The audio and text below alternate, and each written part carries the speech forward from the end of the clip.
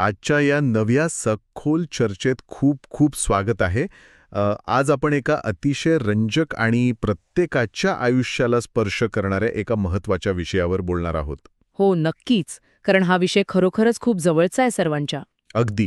म्हणजे रोजच्या जीवनात जेव्हा संकटे येतात किंवा अनपेक्षित अडथळे उभे राहतात ना, तेव्हा त्याकडे पाहण्याचा आपला दृष्टिकोन नक्की कसा असावा आणि त्याहूनही महत्त्वाचे म्हणजे त्या अडथळ्यांनाच आपल्या फायद्याच्या संधीमध्ये कसे बदलावे, हे आज आपण समजून घेणार आहोत. बरोबर. आणि आजची आपली ही सखोल चर्चा रायन हॉलिडे यांच्या the obstacle is the way या पुस्तकावर आधारित आहे. हो, the obstacle is the way. ह्या पुस्तकाची रचना मुळात 5 वेगवेगळ्या भागांत विभागलेली आहे, पण आजचे आपले संपूर्ण लक्ष केवळ आणि केवळ या पुस्तकाच्या पहिल्या भागावर केंद्रित असेल. हो, फक्त पहिल्या भागावर. कारण दैनंदिन जीवनात आपल्याला नोकरीच्या ठिकाणी किंवा नात्यांमध्ये किंवा आर्थिक बाबतीत ज्या अनेक अडचणी येतात ना, त्यांच्या मुळाशी जाऊन ही तत्वे कशी काम करतात हे शोधून काढणं हेच आपल्या या सखोल चर्चेचं उद्दिष्ट आहे. अगदी बरोबर. आणि आपण जे संदर्भ साहित्य आज अभ्यासणार आहोत त्याचा मुख्य उद्देशच हा आहे की आपण परिस्थितीचे गुलाम न बनता तिचे मालक कसे बनावे. खरंय. कारण आजच्या या धावपळीच्या जगात जिथे सगळीकडे अनिश्चितता आहे, तिथे रायन हॉलिडे यांचे हे पुस्तक आपल्याला एक नवी दिशा दाखवते. नक्कीच. आणि यातली सर्वात अद्भुत गोष्ट म्हणजे हा विचार काही आजचा किंवा कालचा नाहीये. हा हजारो वर्षांपासून चालत आलेला एक अत्यंत प्रगल्भ विचार आहे. म्हणजे प्राचीन विचार आहे. होय. आपण जेव्हा या अडथळ्यांकडे पाहतो ना, तेव्हा ते आपल्याला थांबवण्यासाठी आले आहेत असे नेहमीच वाटते. पण खऱ्या अर्थाने ते आपल्याला घडवण्यासाठी आलेले असतात. हा या पुस्तकाचा पहिल्या भागाचा गाभा आहे. हे ऐकायला खूप प्रेरणादायी वाटतंय. पण मला सांगा, प्रत्यक्ष आयुष्यात हे कसं लागू होतं? कारण जेव्हा संकट प्रत्यक्ष समोर उभं असताना तेव्हा कोणतंही तत्वज्ञान सुचत नाही. तर या पुस्तकातून असा एखादा भक्कम ऐतिहासिक संदर्भ मिळतो का, ज्यामुळे हा विचार खऱ्या अर्थाने समजून घेता येईल? नक्कीच मिळतो. आणि यासाठी आपल्याला इतिहासात खूप मागे म्हणजे थेट इसवी सन 170 मध्ये जावं लागेल. इसवी सन 170? बापरे, खूपच मागे. हो. रोमन सम्राट मार्कस ऑरेलियस याची ही कथा आहे. तो केवळ एक राजा नव्हता, तर तत्कालीन ज्ञात जगातील सर्वात शक्तिशाली माणूस होता. जगातील सर्वात शक्तिशाली माणूस? होय. संपूर्ण रोमन साम्राज्याची सत्ता त्याच्या हातात होती, पण तरीही त्याचं आयुष्य अजिबात सोपे नव्हते. असं कसं? म्हणजे तो तर सम्राट होता ना? सम्राट होता, पण त्याच्या कारकिर्दीत सतत भयंकर युद्ध झाली. राजकोष रिकामा झाला, महासाथीचे रोग पसरले आणि अगदी त्याच्या स्वतःच्या भावाने आणि जवळच्या सेनापतींनी त्याच्याशी विश्वासघात केला. बापरे, म्हणजे एवढी सत्ता असूनही संकटांनी त्याला सोडलं नाही? अजिबात नाही. अशा परिस्थितीत युद्धाच्या आघाडीवर तो आपल्या तंबूत रात्रीच्या वेळी बसून स्वतःसाठी काही नोंदी करत होता. स्वतःसाठी? हो. तो कोणासाठी पुस्तक लिहित नव्हता, तर फक्त स्वतःच्या विचारांना दिशा देण्यासाठी आणि स्वतःला शांत ठेवण्यासाठी तो डायरी लिहित होता. म्हणजे जगातील सर्वात शक्तिशाली माणसाला ही डायरी लिहिण्याची गरज पडली, पण मग त्याने आपल्या या वैयक्तिक डायरीत असं काय लिहून ठेवलं, जे आज हजारो वर्षांनंतरही आपण या सखोल चर्चेत अभ्यासत आहोत? त्याने एक अत्यंत प्रभावी नोंद केली, जी या संपूर्ण तत्वज्ञानाचा पाया आहे. मार्कस ऑरेलियसने लिहिले की कृतीतील अडथळाच कृतीला पुढे नेतो. जे वाटेत उभे राहते तोच मार्ग बनतो. जे वाटेत उभे राहते तोच मार्ग बनतो? हो. परिस्थितीला उलट करून पाहण्याची ही एक अत्यंत दुर्मिळ कला आहे. आपण नेहमी विचार करतो की संकट आलं म्हणजे आपला रस्ता बंद झाला. साहजिकच आहे. पण मार्कस म्हणतो की ते संकट कायमस्वरूपी अडचण नसते, तर ते संकटच आपल्याला एक नवीन दिशा, एक नवीन मार्ग दाखवत असते. अडथळा हा प्रवासातला थांबा नसून तो स्वतःच एक नवीन प्रवास असतो. हा विचार खरोखरच दृष्टिकोन पूर्णपणे बदलणारा आहे. पण मला इथे एक शंका आहे. कोणती? मार्कस ऑरेलियस हा एक सम्राट होता. त्याच्याकडे अमर्याद सत्ता होती. आजच्या काळात जे लोक ही सखोल चर्चा ऐकत आहेत, जे कदाचित आता ट्रॅफिकमध्ये अडकले असतील किंवा ऑफिसमधील राजकारणाला कंटाळले असतील, त्यांच्यासाठी हा अडथळाच मार्ग बनतो हा विचार कसा लागू होईल, हे थोडं अधिक सोपं करून सांगता येईल का? हो, नक्कीच. याच प्रश्नाचं उत्तर देण्यासाठी या पुस्तकात एक अतिशय सुंदर आणि विचार करायला लावणारी झेन कथा दिलेली आहे. झेन कथा? छान. एक राजा होता आणि त्याला आपल्या राज्यातील लोक खूप आळशी, तक्रारखोर आणि कामचुकार झाल्यासारखे वाटत होते. त्यांना एक धडा शिकवण्यासाठी राजाने मध्यरात्री शहरात येणाऱ्या मुख्य रस्त्यावर एक खूप मोठा खडक आणून ठेवला. रस्त्याच्या मधोमध? हो, अगदी मधोमध. तो खडक इतका मोठा होता की रस्ता पूर्णपणे बंद झाला. आणि मग राजा लपून पाहू लागला की दुसऱ्या दिवशी लोक या अडथळ्याला कसा प्रतिसाद देतात. मला खात्री आहे की लोकांनी नेहमीप्रमाणेच आरडाओरडा आणि गोंधळ घातला असेल. आपल्याकडे जसं होतं तसंच. अगदी तेच झाले. अनेक व्यापारी, श्रीमंत लोक आणि नागरिक तिथे आले. त्यांनी तो मोठा खडक पाहिला, संताप व्यक्त केला, राजाच्या कारभाराला नावे ठेवली आणि स्वतःच्या नशिबाला दोष देत ते माघारी फिरले. म्हणजे कोणीही तो बाजूला केला नाही? कोणीही तो खडक बाजूला करण्याचा साधा प्रयत्नही केला नाही. पण काही दिवसांनी एक सामान्य शेतकरी तिथे आला. त्याच्या पाठीवर खूप जड ओझे होते. त्याने खडकाकडे पाहिले, पण त्याने तक्रार केली नाही किंवा राजाला शिव्याही दिल्या नाहीत. तो शांतपणे जवळच्या जंगलात गेला आणि त्याने लाकडाचा एक मोठा आणि मजबूत ओंडका आणला. ओंडका आणला? म्हणजे त्यांनी काहीतरी युक्ती लढवली? बरोबर. त्या ओंडक्याचा लिव्हर म्हणजेच तर्फेसारखा वापर करून त्याने आपल्या पूर्ण ताकदीने आणि खूप कष्टाने तो खडक रस्त्याच्या बाजूला ढकलला. आणि त्या खडकाखाली नक्कीच काहीतरी रहस्य दडलेलं असणार. होय, अगदी बरोबर ओळखलत. जेव्हा त्याने तो खडक बाजूला केला तेव्हा त्याला त्या खडकाखाली सोन्याच्या नाण्यांनी भरलेली एक पिशवी आणि राजाचा एक संदेश सापडला. वा, संदेशात काय होतं? त्या चिठ्ठीत लिहिले होते की वाटेतील अडथळा हाच मार्ग बनतो. जो माणूस अडथळ्याचा सामना करतो त्यालाच बक्षीस मिळते. खूपच सुंदर. या कथेवरून आपण आपल्या आयुष्यातील खडकांकडे कसे पाहतो हा अत्यंत महत्त्वाचा प्रश्न निर्माण होतो. आपण फक्त तक्रार करणारे नागरिक आहोत की कृती करणारा शेतकरी? हा विचार करण्यासारखा मुद्दा आहे. याच संदर्भात पुस्तकात इंटेल कंपनीचे माजी सीईओ अँडी ग्रोव्ह यांचे एक अतिशय अचूक वचन दिले आहे. काय म्हणाले ते? ते म्हणतात, वाईट कंपन्या संकटांमुळे नष्ट होतात, चांगल्या कंपन्या संकटात कसेबसे तग धरून राहतात, पण महान कंपन्या संकटांमुळे अधिक सुधारतात. महान कंपन्या संकटांमुळे अधिक सुधारतात. क्या बात आहे. म्हणजेच संकटे सर्वांवर येतात, पण आपण त्याला कसा प्रतिसाद देतो यावर आपले मोठेपण ठरते. लेखकाने या पुस्तकात कोणत्याही अडथळ्यावर मात करण्यासाठी 3 महत्त्वाचे टप्पे किंवा शिस्त सांगितले आहेत. कोणते 3 टप्पे? दृष्टिकोन, कृती आणि इच्छाशक्ती. दृष्टिकोन, कृती आणि इच्छाशक्ती. पण जसे आपण सुरुवातीला स्पष्ट केले आहे, आजची आपली ही सखोल चर्चा केवळ पहिल्या टप्प्यावर म्हणजेच दृष्टिकोन यावरच पूर्णपणे लक्ष केंद्रित करणार आहे. बरं, हा दृष्टिकोन हा शब्द आपण खूप सहज वापरतो. पण मला इथे थोडी शंका आहे. दृष्टिकोन म्हणजे नक्की काय? फक्त सकारात्मक विचार करणे किंवा सगळं काही ठीक होईल असं खोटा आशावाद बाळगणे? अजिबात नाही. कारण जेव्हा खरोखरच नोकरी जाते किंवा मोठा आर्थिक नुकसान होतं ना, तेव्हा हा खोटा आशावाद अजिबात काम करत नाही. हा अत्यंत महत्त्वाचा आणि अचूक प्रश्न आहे.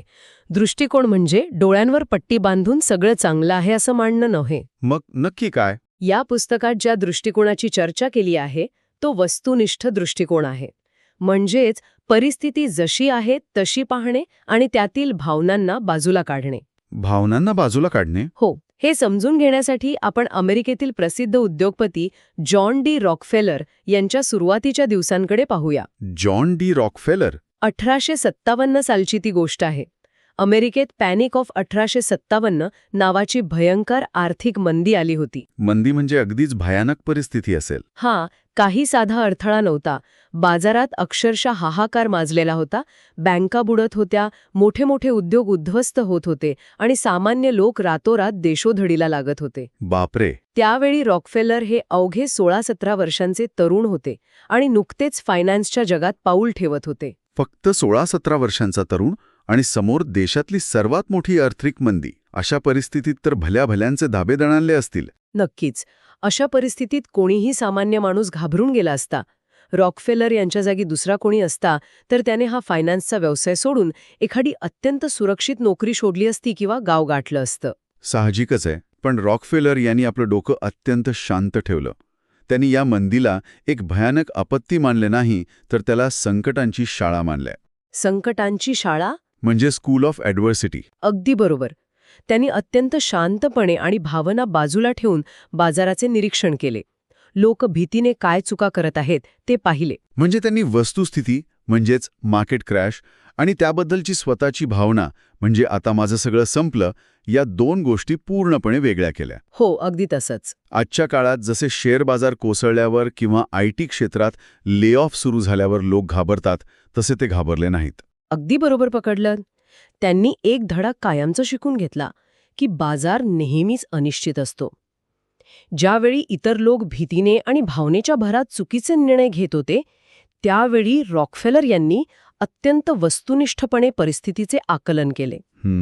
वयाच्या 25व्या वर्षी त्यांना तब्बल $5 लाख गुंतवण्याची एक मोठी संधी मिळाली होती.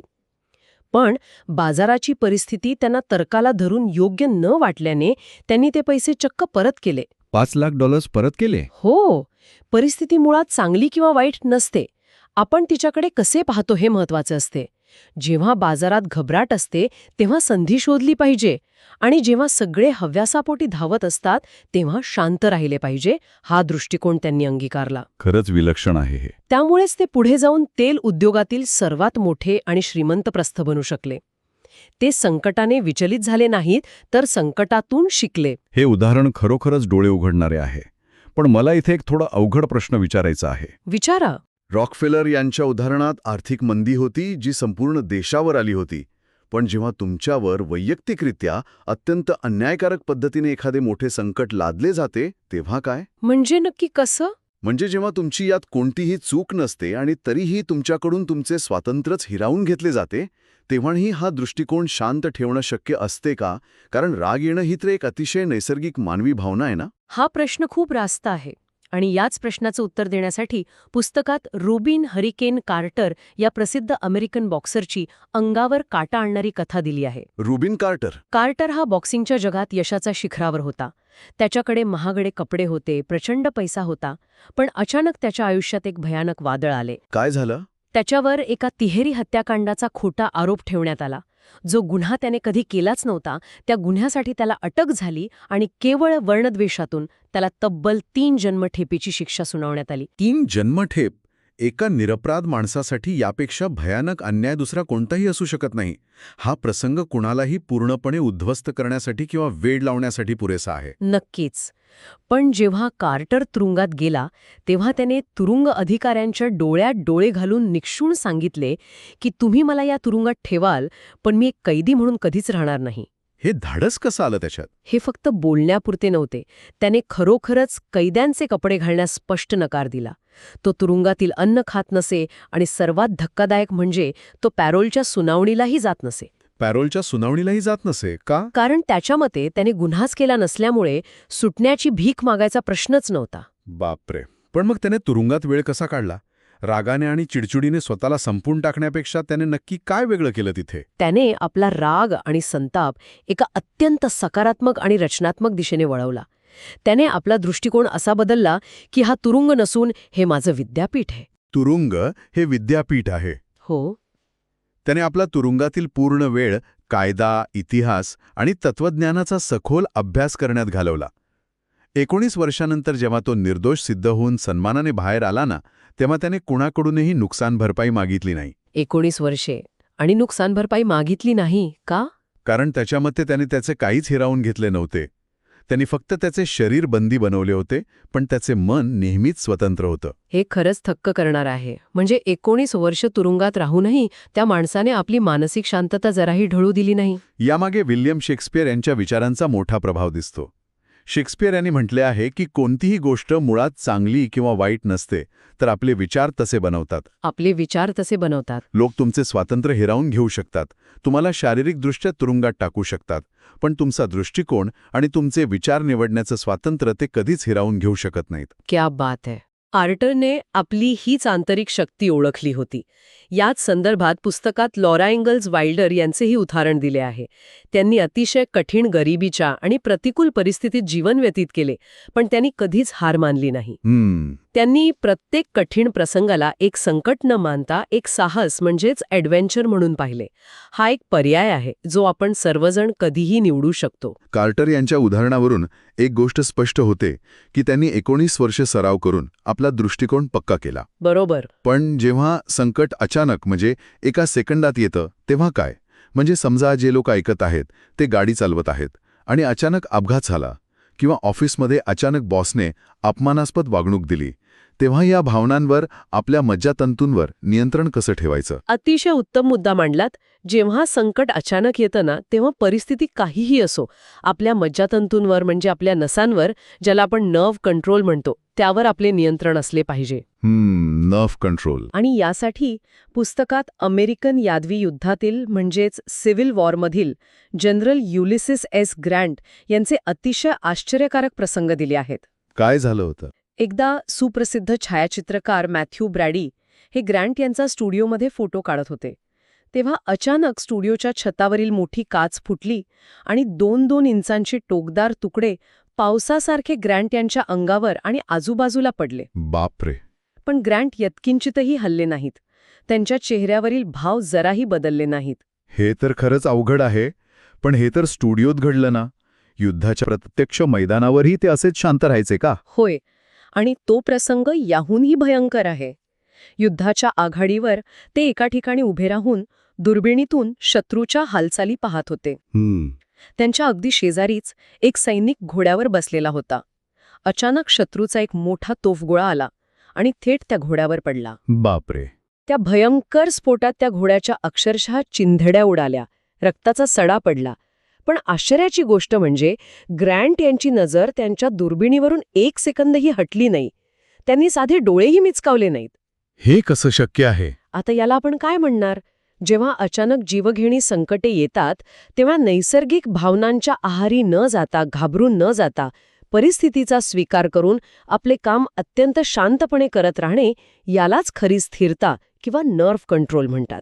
पण मला एक सांगा, हे असं कुणालाही शक्य आहे का? म्हणजे जनरल ग्रँट यांच्यात अशी कोणती वेगळी शक्ती होती?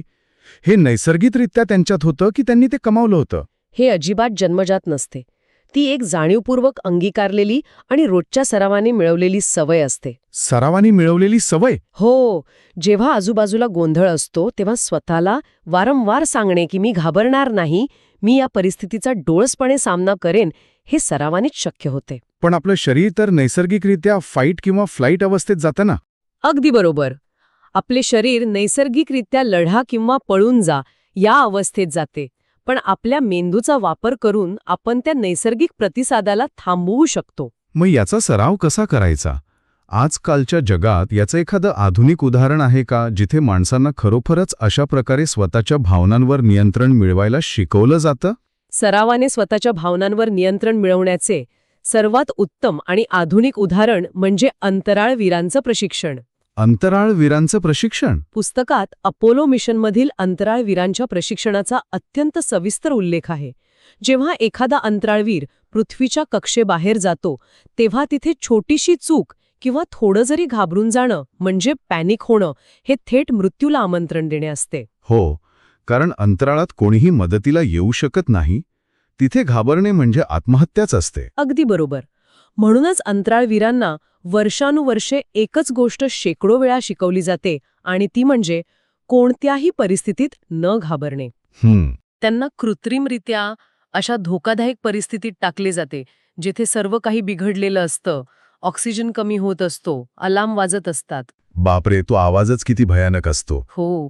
आणि त्यांना फक्त शांत राहून, श्वास नियंत्रित करून ती समस्या सोडवण्याचं प्रशिक्षण दिले जाते. जॉन ग्लेन या अमेरिकन अंतराळवीराचे अत्यंत प्रसिद्ध उदाहरण या पुस्तकात दिले आहे. John Glenn? ते पहिल्यांदा अंतराळात झेपावत असताना, जेव्हा त्यांच्या रॉकेटचा वेग ताशी हजारो मैल होता आणि एवढ्या मोठ्या ताणाची परिस्थिती होती, तेव्हाही त्यांनी आपल्या हृदयाचे ठोके 100 प्रति मिनिटाच्या खाली स्थिर ठेवले होते. 100च्या खाली? हे सामान्य माणसासाठी जवळजवळ अशक्य आहे. हो, पण सरावाने त्यांनी ते साध्य केले होते. हे ऐकताना अंगावर शहारे येतात. पण मग रोजच्या जीवनात आपण हा अंतराळवीरांचा दृष्टिकोन कसा वापरू शकतो? कारण जे लोक ऐकत आहेत ते अंतराळात जात नाहीयेत. पण आपला बॉस जेव्हा आपल्यावर ओरडतो किंवा जेव्हा पैशांची अचानक अडचण येते, तेव्हाही आपल्याला तसंच ताण येतो ना? या मानसिक स्थितीला प्राचीन ग्रीक तत्वज्ञानात अपाथिया असे म्हटले आहे. अपाथिया? आता याचा अर्थ भावना पूर्णपणे नष्ट करणे किंवा दगडासारखं निर्जीव होणे असा अजिबात होत नाही.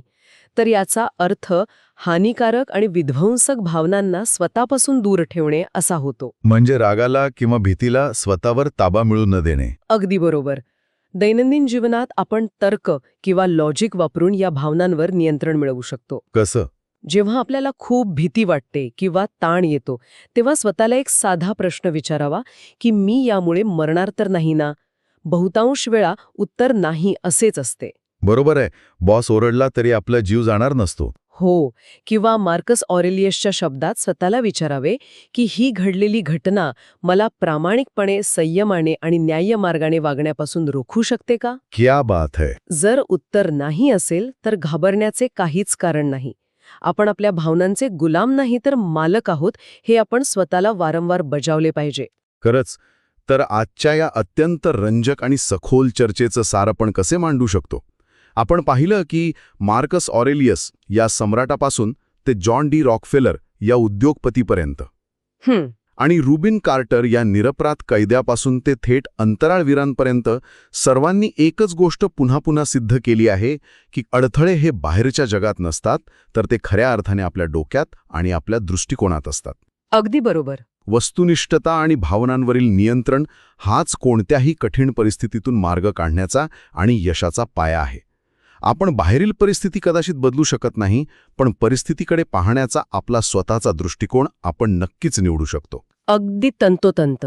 आणि या सर्व चर्चेअंती जे लोक ही सखोल चर्चा आज ऐकत आहेत त्यांच्यासाठी एका विचार करायला लावणाऱ्या प्रश्नासोबत आपण येथे थांबूया. नक्कीच. जर आपला दृष्टिकोन पूर्णपणे आपल्या नियंत्रणात आहे आणि अडथळा हाच मार्ग बनू शकतो, तर असा विचार करून पहा, आयुष्यात घडलेल्या ज्या सर्वात भयानक आणि वाईट घटनांबद्दल आजही आपण दुःखी आहोत, ज्या घटनांनी आपल्याला आतून तोडून टाकले असे आपल्याला वाटते, त्या खऱ्या अर्थाने आपल्या आयुष्याला कलाटणी देणाऱ्या सर्वात चांगल्या आणि महत्त्वपूर्ण घटना असू शकतील का? फक्त आपणच अद्याप त्याकडे त्या सर्जनशील आणि वस्तुनिष्ठ दृष्टिकोनातून पाहिलेले नाही. आपण जर तो दृष्टिकोन बदलला तर कदाचित आपल्याला जाणवेल की ज्याला आपण आयुष्यभर अडथळा समजत होतो तोच खऱ्या अर्थाने आपला प्रगतीचा मार्ग होता. एका अत्यंत प्रभावी आणि जीवन बदलणाऱ्या पुस्तकाच्या 5 भागांपैकी दुसऱ्या भागावर आज आपण ही सविस्तर चर्चा करत आहोत. कोणतेही नेहमीच्या प्रस्तावनेशिवाय आपण सरळ मुद्द्याला हात घालूया. हो, नक्कीच. आज आपल्याकडे ज्या काही सविस्तर नोट्स आणि आर्टिकल्स आहेत त्यातून आपण खूप महत्त्वाचे मुद्दे डिकोड करणार आहोत. अगदी बरोबर. म्हणजे आज आपण दृष्टिकोन आणि कृती या 2 गोष्टींवर फोकस करणार आहोत. दृष्टिकोन म्हणजे आपण जगाकडे कसं पाहतो आणि कृती म्हणजे आपण त्या परिस्थितीवर नेमकी कशी प्रतिक्रिया देतो. आणि आजचं आपलं मिशन एकदम स्पष्ट आहे. जेव्हा एखादं मोठं संकट किंवा अडथळा समोर उभा राहतो तेव्हा त्यातून मार्ग कसा काढायचा याचं मानसशास्त्र आपल्याला समजून घ्यायचं आहे. चला तर मग हे थोडं उलगडून बघूया. सर्वात पहिली आणि बेसिक संकल्पना जी यातून समोर येते ती म्हणजे वस्तुनिष्ठता, ज्याला आपण ऑब्जेक्टिव्हिटी म्हणतो. खरं तर हा खूपच रंजक भाग आहे. घटना घडली आणि ते खूप वाईट झालं, पण इथेच खरी गोम आहे. बघा, या एका वाक्याचे प्रत्यक्षात 2 वेगळे भाग होतात. म्हणजे फॅक्ट आणि आपलं ओपिनियन. बरोबर. घटना घडली हा पहिला भाग पूर्णपणे वस्तुनिष्ठ आहे, ती एक फॅक्ट आहे. पण ते वाईट आहे हा आपला स्वतःचा दृष्टिकोन असतो, ती आपली व्यक्तिनिष्ठ किंवा सब्जेक्टिव्ह भावना असते. अगदी बरोबर. आणि हे मानवी मानसशास्त्राच्या इतक्या मुळाशी जातं की आपण अनेकदा या 2 गोष्टींची अशी काही सरमिसळ करतो की मूळ फॅक्ट काय होती हेच आपण विसरून जातो. नक्कीच. 16व्या शतकातील प्रसिद्ध सामुराई योद्धा मियामोटो मुसाशी याचं एक उत्तम उदाहरण आपल्याकडे आहे. मुसाशीने एकाच वेळी अनेक शस्त्रस्त्र शत्रूंना निशस्त्र असतानाही धूळ चारली होती. अरे वा. हो. त्याने आपल्या लिखाणात 2 प्रकारच्या दृष्टींबद्दल सांगितलं आहे. एक म्हणजे ऑब्झर्विंग आय, म्हणजे केवळ निरीक्षण करणारी दृष्टी, आणि दुसरी म्हणजे परसिव्हिंग आय, म्हणजे पूर्वग्रह दूषित दृष्टी. घटना जशी आहे तशी पाहणं आणि त्यात स्वतःच्या भावना मिसळणं. अगदी तेच. निरीक्षण करणारी दृष्टी ही नेहमी ताकदवान असते, कारण ती घटना जशी आहे तशीच पाहते. त्यात कोणतीही अतिशयोक्ती नसते, भीती नसते किंवा कोणतेही गैरसमज नसतात. पण पूर्वग्रहदूषित दृष्टी कमकुवत असते, कारण ती मूळ घटनेमध्ये आपल्या स्वतःच्या असुरक्षिततेची, भीतीची आणि संशयाची भर घालते. आपण एका साध्या घटनेला न पार करता येणारा अडथळा किंवा मोठं संकट बनवून टाकतो. म्हणजे आपण स्वतःच्या समस्या लढाईत ओढून आणतो. पण व्यवहारात हे खरंच शक्य आहे का? मी विचार करत होतो की आपण सगळेच भावनाप्रधान माणसं आहोत. हो, ते तर आहेच. जेव्हा एखादं मोठं संकट येतं तेव्हा हा फक्त एक अडथळा आहे, यात भीती वाटण्यासारखं काही नाही, असा कोरडेपणा कसा आणायचा? प्रत्येक गोष्टीकडे इतक्या कोरडेपणाने पाहणं खऱ्या आयुष्यात कसं जमणार? हा खूप महत्वाचा प्रश्न आहे आणि याचंच उत्तर प्राचीन ग्रीक आणि रोमन स्टॉईक तत्वज्ञानात मिळतं. स्टॉईक विचारवंतांनी या भावनांवर नियंत्रण मिळवण्यासाठी काही मानसिक व्यायाम सुचवले आहेत. म्हणजे ते भावना शून्य बनण्याबद्दल सांगत नाहीत? नाही, अजिबात नाही. ते भीतीला स्वतःवर हावी न होऊ देण्याबद्दल सांगतात.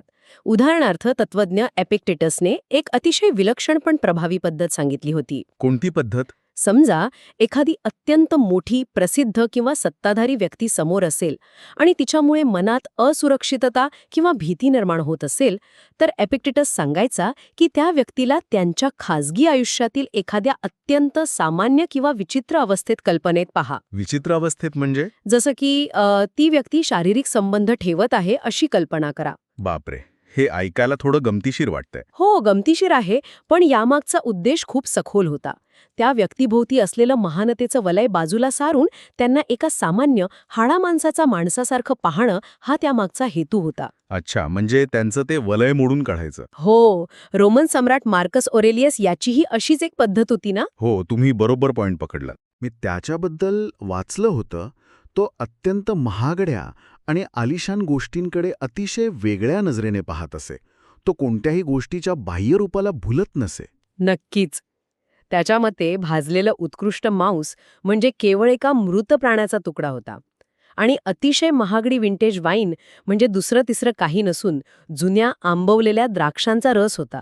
क्या बात आहे. म्हणजे एकदम मूळ स्वरूपात पाहायचं. हो, तो या गोष्टींना त्यांच्या खऱ्या मूळ स्वरूपात पाहत असे, त्यांच्या भोवती असलेल्या खोट्या प्रतिष्ठेशिवाय.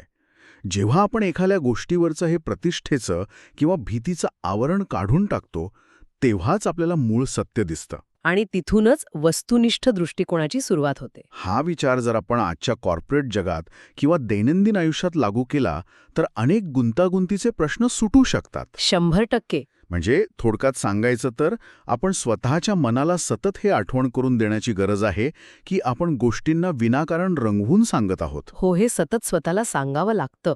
हा जो दृष्टिकोन बदलण्याची ताकद हा आपला पुढचा मुद्दा आहे, तो इथे अगदी अचूक लागू होतो. आपण परिस्थिती बदलू शकत नाही, पण ती परिस्थिती आपण कशी बघतो ते 100% आपल्या हातात असतं. अगदी खरं आहे. अथेन्सचा महान सेनापती पेरिक्लेस याची एक अतिशय रंजक कथा या संदर्भात नोंदवलेली आहे. हो, पेलोपोनेशियन युद्धाच्या वेळची ती ऐतिहासिक घटना मला आठवते, मी वाचत होते त्याबद्दल. बरोबर. पेरिक्लेस आपल्या 150 जहाजांच्या ताफ्यासह एका अत्यंत महत्त्वाच्या सागरी मोहिमेवर निघाला होता. सर्व सैन्य सज्ज होतं, पण अचानक आकाशात सूर्यग्रहण झालं आणि भर दिवसात सगळीकडे काळोख पसरला. आणि त्या काळात सूर्यग्रहण म्हणजे देवाची नाराजी मानली जायची. हो, किंवा एखादं मोठं अरिष्ट मानलं जायचं. त्याचे खलाशी या अनपेक्षित घटनेमुळे प्रचंड घाबरले. संपूर्ण ताफ्यात घबराट पसरली. अशावेळी पेरिक्लेस मात्र अतिशय शांत होता. त्याने काय केलं? तो एका प्रमुख खलाशाजवळ गेला. त्याने स्वतःच्या अंगावरचा झगा काढला आणि त्या खलाशाच्या चेहऱ्यासमोर धरला. साहजिकच त्या खलाशाच्या डोळ्यांसमोर अंधार झाला. पेरिक्लेसने त्याला विचारलं, या अंधाराची भीती वाटते का? बरं. खलाशी म्हणाला, नाही, यात घाबरण्यासारखं काय आहे? हा तर फक्त एक कपडा आहे. त्यावर पेरिक्लेसने दिलेलं उत्तर ऐतिहासिक होतं. तो म्हणाला, मग ह्या अंधाराचं कारण माझा झगा असो किंवा सूर्य आणि चंद्र, त्याने काय फरक पडतो? अंधार तो अंधारच आहे. वा, यातली सर्वात रंजक गोष्ट म्हणजे दृष्टिकोन किती शक्तिशाली असू शकतो हे या कथेतून दिसून येतं. भीती ही अनेकदा आपल्याला कमकुवत करणारी आणि लक्ष विचलित करणारी असते. नक्कीच. पेरिक्लेसने त्या खलाशाला हेच दाखवून दिलं की घटना तीच आहे, फक्त त्यामागचं कारण बदलल्याने आपली प्रतिक्रिया बदलते. हीच गोष्ट आधुनिक काळातही तितकीच लागू होते. हॉलिवूडमधील जॉर्ज क्लूनी यांचं उदाहरण याला अगदी चपखल बसतं. जॉर्ज क्लूनी, त्यांच्याबद्दल काय आहे? क्लूनी यांच्या सुरुवातीच्या काळात जेव्हा ते ऑडिशन्स देत होते तेव्हा त्यांना सतत नकार मिळत होता. हो, आणि याच नकारांमुळे ते स्वतःला एका व्यवस्थेचा बळी मानू लागले होते. ही एक प्रकारची विक्टिम मेंटॅलिटी होती. अगदी बरोबर. ते स्वतःला एक काम मागणारं नट म्हणून पाहत होते. त्यांना वाटायचं की दिग्दर्शकांनी आणि निर्मात्यांनी आपल्याला पसंत करावं, पण जेव्हा तसं होत नसे तेव्हा त्याचा त्यांना खूप मानसिक त्रास व्हायचा. स्वतःला बळी मानणं सोपं असतं, कारण त्यात आपली कोणतीही जबाबदारी उरत नाही. बरोबर बोललात. पण ज्या क्षणी क्लूनी यांनी आपला दृष्टिकोन बदलला तेव्हा सर्व काही बदललं. त्यांनी विचार केला की निर्माते आणि दिग्दर्शक तिथे बसून कोणाला तरी नाकारण्यासाठी आलेले नाहीयेत. त्यांच्यासमोर एक मोठी समस्या आहे. त्यांना त्यांच्या चित्रपटासाठी योग्य नट शोधायचा आहे. हो. आणि जेव्हा क्लूनी ऑडिशनला जाऊ लागले तेव्हा ते स्वतःला काम मागणारं न मानता त्या निर्मात्यांची समस्या सोडवणारा योग्य उपाय किंवा सोल्युशन मानू लागले. हा दृष्टिकोनातील एक छोटासा बदल होता, पण त्यामुळे त्यांचा आत्मविश्वास एवढा वाढला की ते ऑडिशन रूममध्ये एका वेगळ्याच ऊर्जेने जाऊ लागले आणि तिथून त्यांच्या यशाची कमानच बदलून गेली.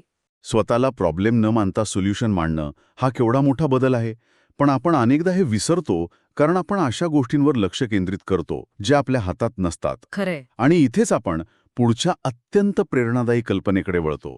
आपल्या नियंत्रणात काय आहे? टॉमी जॉन या बेसबॉल खेळाडूची गोष्ट यातली सर्वात आश्चर्यकारक गोष्ट आहे. या माणसाने तब्बल 26 सीझन मेजर लीग बेसबॉल खेळलं. 26 सीझन? हो, म्हणजे जॉन एफ केनेडी अध्यक्ष असल्यापासून ते जॉर्ज H.W. बुश यांचं अध्यक्षपद संपेपर्यंत तो खेळत होता. हे ऐकायलाच किती अविश्वसनीय वाटतं. आणि हे सर्व एका भयंकर दुखापतीनंतर घडलं होतं. नक्कीच. 1974च्या सीझनमध्ये त्याच्या कोपऱ्याला एक गंभीर दुखापत झाली. त्याच्या कोपऱ्यातलं लिगामेंट कायमचं निकामी झालं. त्या काळात अशा दुखापतीला डेड आर्म म्हटलं जायचं. ज्याचा सरळ अर्थ असायचा की खेळाडूची कारकीर्द संपली. बरोबर. पण टॉमी जॉनने हार मानली नाही.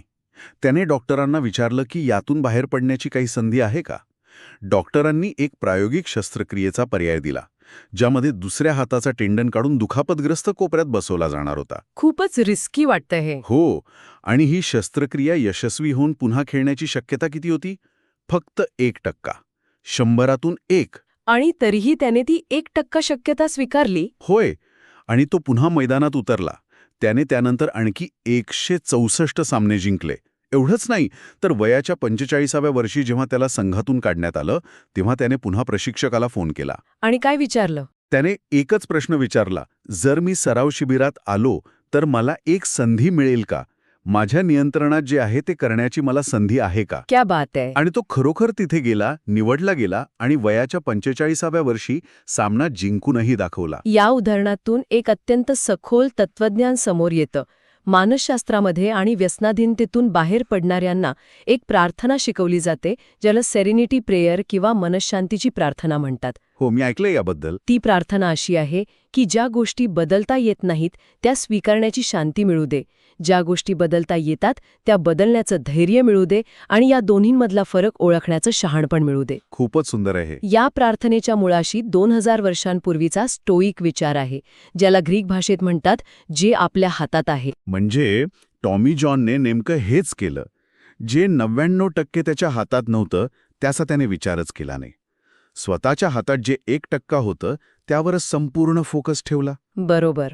हवामान कसं आहे, इतर लोक काय निर्णय घेतात, आपल्याला कोणती दुखापत झाली आहे किंवा समोरची व्यक्ती काय विचार करते, या गोष्टी आपल्या नियंत्रणात नसतात. अगदी. त्यावर ऊर्जा वाया घालवणं म्हणजे स्वतःचं नुकसान करण्यासारखं आहे. आपल्या नियंत्रणात फक्त आपले प्रयत्न, आपला दृष्टिकोन आणि आपले निर्णय असतात. जेव्हा आपला संपूर्ण फोकस फक्त याच गोष्टींवर केंद्रित होतो तेव्हा आपली ताकद अनेक पटींनी वाढते. हे माझ्या हातात आहे का, हा प्रश्न सतत विचारणं हे संकटांवर मात करण्याचं सर्वात मोठं रहस्य आहे. आणि जेव्हा आपण भूतकाळ किंवा भविष्याची चिंता न करता फक्त वर्तमानावर लक्ष केंद्रित करतो तेव्हा आपण अशक्य वाटणाऱ्या गोष्टीही शक्य करू शकतो. आपण नेहमी म्हणतो की ही वेळ योग्य नाही किंवा सध्या मंदीचा काळ आहे. हो, हे नेहमीच ऐकायला मिळतं. पण आर्थिक मंदीच्या आणि संकटाच्या काळात सुरू झालेल्या कंपन्यांची यादी पाहिल्यावर आपला हा समज पूर्णपणे खोटा ठरतो.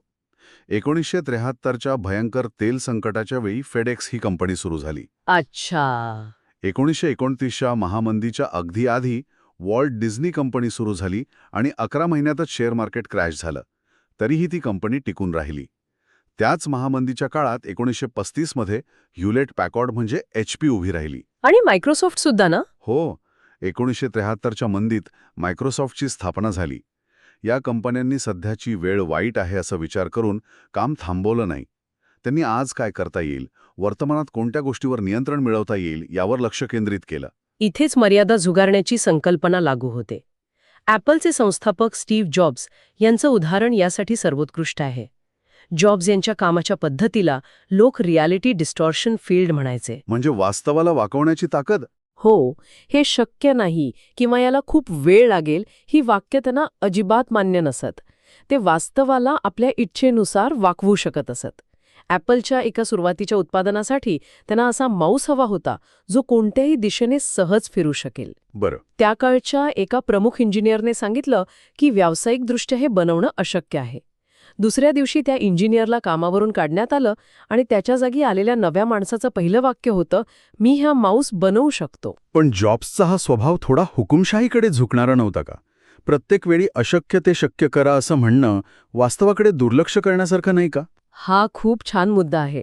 बाहेरून पाहताना ते वास्तवाकडे दुर्लक्ष केल्यासारखं वाटू शकतं, पण जॉब्सचं वैशिष्ट्य हे होतं की ते स्वतःच्या आणि इतरांच्या क्षमतेवर अफाट विश्वास ठेवत. त्यांना हे चांगलंच ठाऊक होतं की बहुतांश अशक्य गोष्टी या केवळ मानसिक मर्यादा असतात. म्हणजे ते लोकांच्या लिमिट्स पुश करायचे. अगदी. आयफोनच्या स्क्रीनसाठी लागणाऱ्या काचेच्या बाबतीतही हेच घडलं. निर्मात्यांनी सांगितलं की वेळेत एवढी काच बनवणं अशक्य आहे. जॉब्स म्हणाले, घाबरू नका, हे शक्य आहे. स्वतःच्या मनाची तशी तयारी करा. आणि खरोखर अवघ्या 6 महिन्यात त्या कंपनीने पूर्ण क्षमतेने काम करून काच उपलब्ध करून दिली. अविश्वसनीय. मॅकिंटॉश कम्प्युटरच्या डेडलाईनच्या बाबतीतही इंजिनियर्सनी 2 आठवड्यांची अतिरिक्त वेळ मागितली, तेव्हा जॉब्स म्हणाले की जर 2 आठवड्यात होऊ शकतं तर 1 आठवड्यातही नक्कीच होऊ शकतं. म्हणजे त्यांनी डेडलाईन अजून कमी केली. हो. जेव्हा समाजाने किंवा स्वतःच्या मनाने लादलेल्या अशक्यतेच्या मर्यादा आपण जुगारून देतो, तेव्हाच खऱ्या अर्थाने काहीतरी असामान्य घडतं. म्हणजे संकटांकडे एक अडथळा म्हणून न पाहता संधी म्हणून पाहणं. आणि याच अनुषंगाने आपला पुढचा मुद्दा आहे, संकटात संधी शोधणे. दुसऱ्या महायुद्धाच्या वेळची एक घटना यावर खूप छान प्रकाश टाकते. कोणती घटना?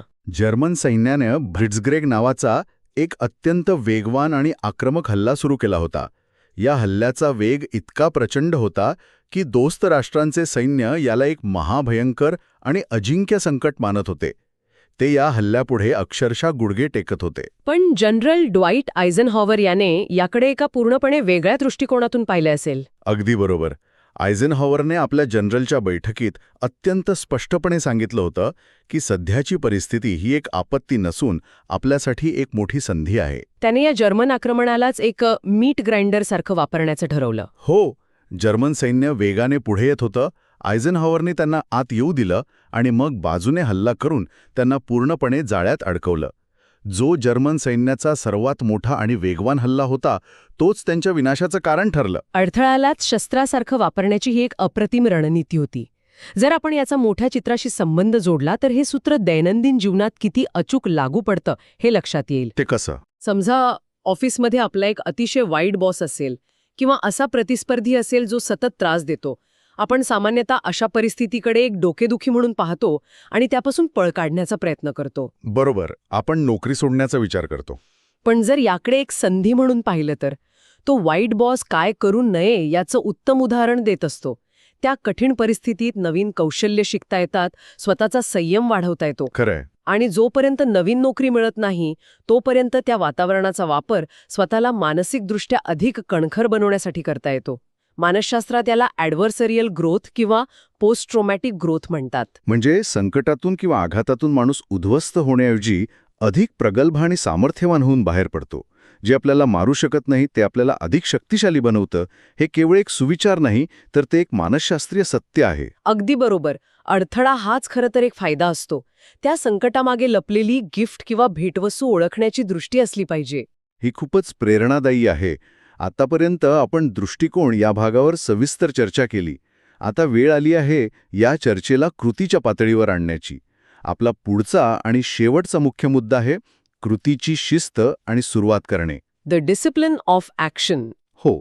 प्राचीन ग्रीसमधील ॲथेन्सचा महान वक्ता डेमोस्थेनिस याची कथा अंगावर काटा आणणारी आहे. लहानपणी तो अतिशय अशक्त होता. त्याला बोलताना खूप अडखळायला व्हायचं. म्हणजे त्याला स्पीच इम्पेडिमेंट होतं. हो. त्याचे वडील लवकर वारले आणि ज्या पालकांवर त्याच्या संपत्तीची जबाबदारी होती त्यांनी त्याचे सगळे पैसे चोरले. तो कमकुवत होता, पैसे नव्हते आणि तो नीट बोलूही शकत नव्हता. साधारणपणे कोणीही अशा परिस्थितीत हार मानली असती आणि स्वतःच्या नशिबाला दोष देत बसला असता. पण त्याने तसं केलं नाही. त्याने या परिस्थितीसमोर गुडघे टेकले नाहीत. त्याने तोंडात खडे धरून बोलण्याचा सराव सुरू केला. तोंडात खडे धरून? हो. स्वतःला बाह्य जगापासून दूर ठेवण्यासाठी आणि अभ्यासावर लक्ष केंद्रित करण्यासाठी त्याने एका तळघरात स्वतःला कोंडून घेतलं. कोणी आपल्याला बाहेर बोलावू नये किंवा आपल्याला बाहेर जाण्याची इच्छा होऊ नये म्हणून त्याने चक्क आपल्या डोक्यावरचे अर्धे केस कापून टाकले. हां, तर वेडेपणाच म्हणायचा. विचार करा, एवढी सगळी संकटे असूनही त्याने स्वतःला अक्षरशः झोकून दिलं आणि या अविरत कष्टामुळे तो ॲथेन्सचा सर्वात मोठा आणि प्रभावी वक्ता बनला. त्याने आपल्याच पालकांवर खटला चालवला आणि तो जिंकला. कमाल आहे. कोणीतरी त्याला विचारलं की उत्तम वक्तृत्वाचे 3 सर्वात महत्त्वाचे गुण कोणते? त्याने उत्तर दिलं, कृती, कृती आणि कृती. Action, action, action. यावरून एक अतिशय महत्वाचा प्रश्न निर्माण होतो. जेव्हा आपण एखाद्या वाईट परिस्थितीत असतो तेव्हा आपण फक्त विचार करत बसतो की प्रत्यक्ष कृती करतो? अमेलिया इयरहार्ट हिचं उदाहरण इथे खूप चपखल बसतं. Amelia Earhart. तिला ट्रान्सअटलांटिक विमान प्रवासासाठी एक अतिशय अपमानास्पद ऑफर मिळाली होती. तिला सांगण्यात आलं होतं की तिला स्वतःला विमान उडवता येणार नाही, 2 पुरुष सोबत असतील ते उडवतील, त्यांना पैसे मिळतील पण तिला एकही पैसा मिळणार नाही. आणि प्रवासात मृत्यूचा धोकाही आहे, तरीही तिने ती ऑफर स्वीकारली. हो, पण का? एवढी अपमानास्पद ऑफर कोणी का स्वीकारेल? कारण तिला सुरुवात करायची होती. तिला माहीत होतं की एकदा का तिने सुरुवात केली आणि गती मिळवली की ती स्वतःचा मार्ग स्वतः निर्माण करू शकेल. गती म्हणजे मोमेंटम. बरोबर. तिचं तत्व होतं, नेहमी स्टिक पुढे ठेवा. Always think with your stick forward. विमान उडवताना जर गती कमी केली तर विमान कोसळतं. दुसऱ्या महायुद्धात उत्तर आफ्रिकेत जनरल रोमेल यांनीही हेच सिद्ध केलं. रोमेलने काय केलं? जिथे ब्रिटिश सैन्य हवामान आणि परिस्थितीचा बाऊ करत सावधानगिरीने पावलं टाकत होतं, तिथे रोमेल अतिशय वेगाने आणि आक्रमकपणे पुढे चाल करत राहिला. परिस्थिती 100% योग्य असल्याची वाट पाहत बसण्यापेक्षा कृती करणे आणि स्वतःची गती निर्माण करणे हाच संकटांवरचा खरा उपाय आहे. कृती हीच सर्व प्रश्नांची एकमेव उत्तरे आहे. विचार करत बसण्यापेक्षा उचललेलं एक छोटं पाऊल हे हजारो विचारांपेक्षा जास्त शक्तिशाली असतं. नक्कीच. हे सगळं ऐकल्यानंतर आणि समजून घेतल्यानंतर एका मोठ्या चित्राकडे पाहण्याची वेळ आली आहे.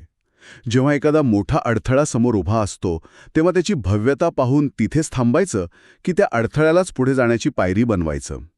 आजच्या या सविस्तर चर्चेतून आणि या सगळ्या उदाहरणांवरून एक गोष्ट अगदी सूर्यप्रकाशासारखी स्पष्ट होते.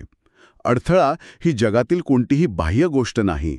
त्या परिस्थितीकडे कोणत्या दृष्टिकोनातून पाहिलं जातं आणि त्यावर कोणती कृती केली जाते यावरच सर्व काही अवलंबून आहे. अडथळा हाच मार्ग आहे. आता एक अतिशय महत्त्वाचा प्रश्न उरतो.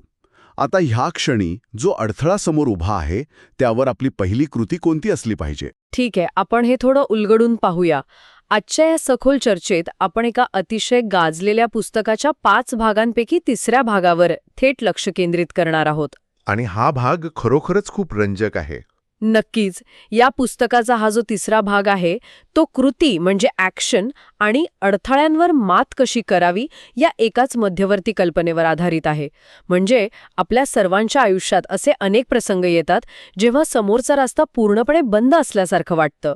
मी विचार करत होते की जर तोच अडथळा यशाची एक नवीन पायरी बनला तर? हो, आणि यात सर्वात आकर्षक गोष्ट हीच आहे की आपण सहसा अडथळ्यांकडे एका नकारात्मक नजरेने पाहतो.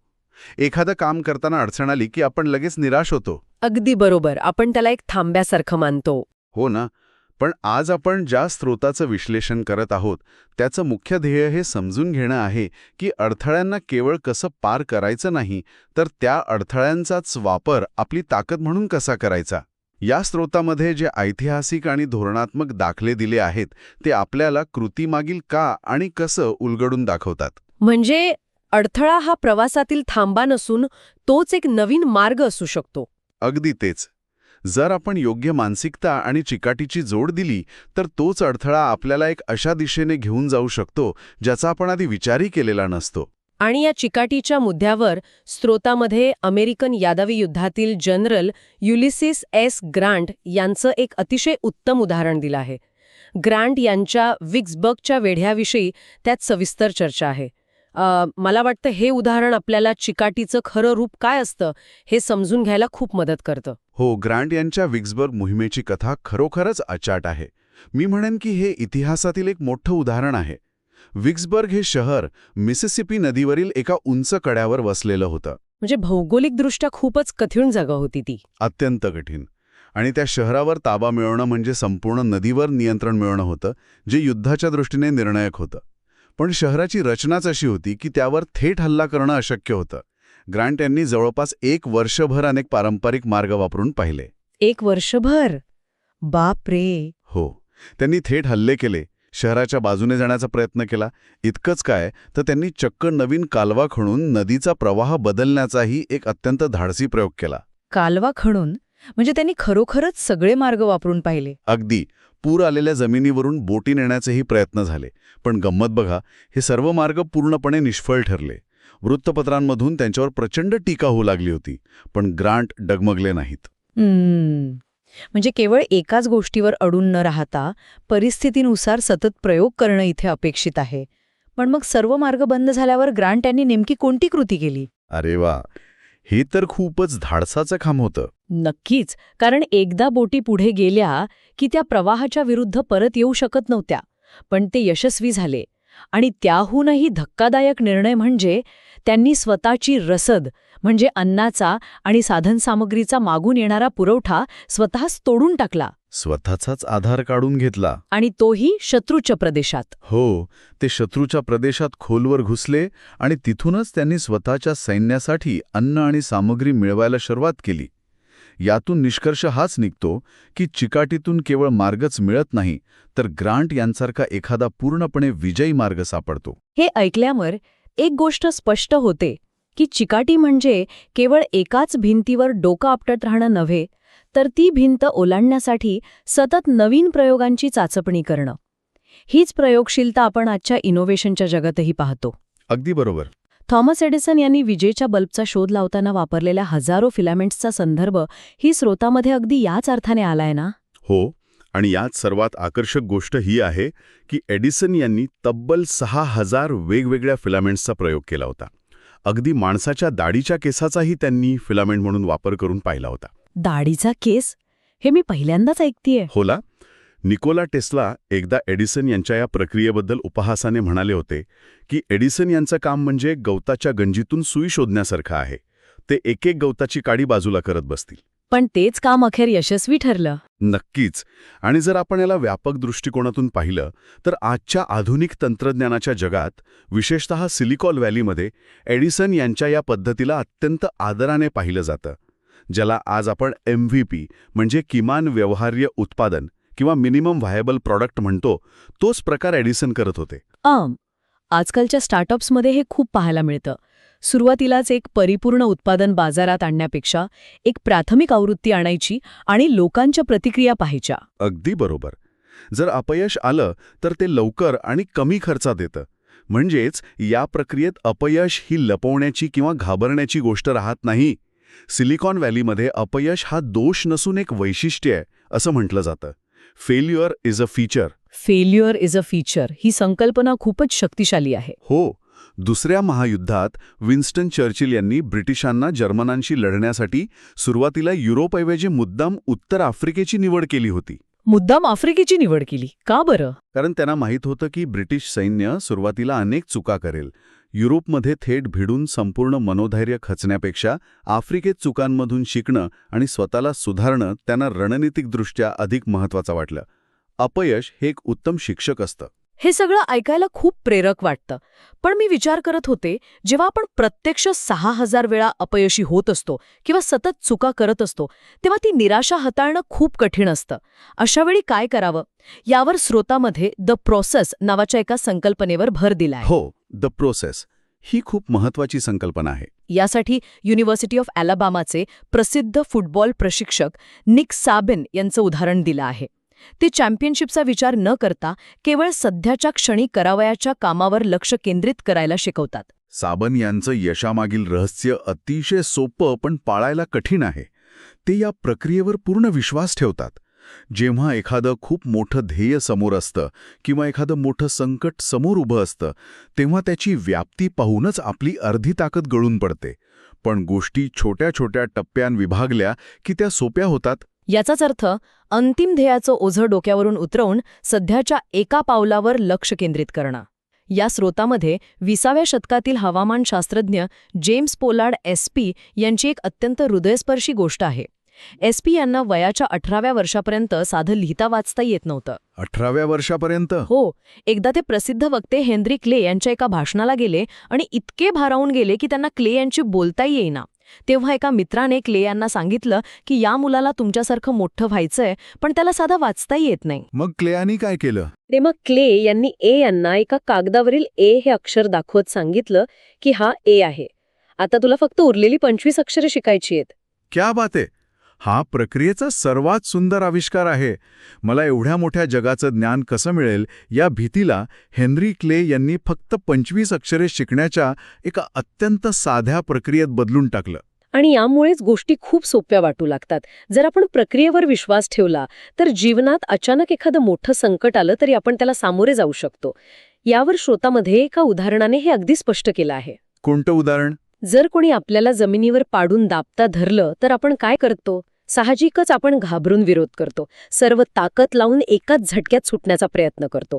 पण त्यामुळे फक्त ऊर्जा वाया जाते. हो, आणि समोरच्याची पकड अधिक घट्ट होते. वर वळणं आणि मग स्वतःची सुटका करून घेणं जास्त प्रभावी ठरतं. अगदी बरोबर. प्रक्रियेचा हाच नियम आपल्याला सांगतो की सध्याच्या क्षणी जे काम हातात आहे ते अत्यंत निष्ठेने पूर्ण करणं. मग ते काम कितीही छोटं का असेना, कोणतंही काम कमी न लेखणं ही यातील मुख्य अट आहे. हो, आणि कोणतंही काम कमी न लेखण्याच्या बाबतीत अमेरिकेचे राष्ट्राध्यक्ष अँड्रू जॉन्सन यांचं उदाहरण खूप छान आहे. राजकारणात आल्यावर आणि राष्ट्राध्यक्ष बनल्यानंतरही त्यांना त्यांच्या शिंपी असल्याच्या भूतकाळाचा प्रचंड अभिमान होता. शिंपी असल्याचा? हो, कारण ते कपडे अत्यंत उत्तम शिवायचे. ते म्हणायचे की त्यांनी शिवलेले कपडे कधीच फाटले नाहीत. तसंच जेम्स गारफिल्ड यांनी कॉलेजचं शिक्षण पूर्ण करण्यासाठी शाळेत साफसफाईचं काम हसतमुखाने केलं आणि त्यांच्या याच कामावरील निष्ठेमुळे वयाच्या अवघ्या 26व्या वर्षी ते तिथेच डीन झाले. 26व्या वर्षी डीन हे खरोखरच प्रेरणादायी आहे. आणि यात सर्वात आकर्षक गोष्ट ही आहे की काम कोणतं आहे यापेक्षा ते कसं केलं जातं याला जास्त महत्त्व आहे. स्टीव्ह जॉब्स यांचं उदाहरण घ्या. त्यांनी आयफोनच्या आतील भागाची डिझाईने सुंदर असावी यावर भर दिला. जरी ती ग्राहकांना दिसणार नव्हती तरीही. हो, जरी ती दिसणार नव्हती तरीही. कारण काम हे स्वतःचा प्रामाणिकपणाचं प्रतीक असतं. मानसशास्त्रज्ञ व्हिक्टर फ्रँकल म्हणतात त्याप्रमाणे जीवनाचा अर्थ काय असा प्रश्न आपण विचारण्यापेक्षा जीवनच आपल्याला दररोज तो प्रश्न विचारत असतं आणि आपलं काम हेच त्याचं उत्तर असतं. हे खूपच सखोल तत्वज्ञान आहे. आपलं काम हेच आपलं उत्तर आहे. पण मला सांगा, काम चोख करणं हा तर पाया झाला, पण कधीकधी केवळ प्रामाणिकपणा पुरेसा नसतो.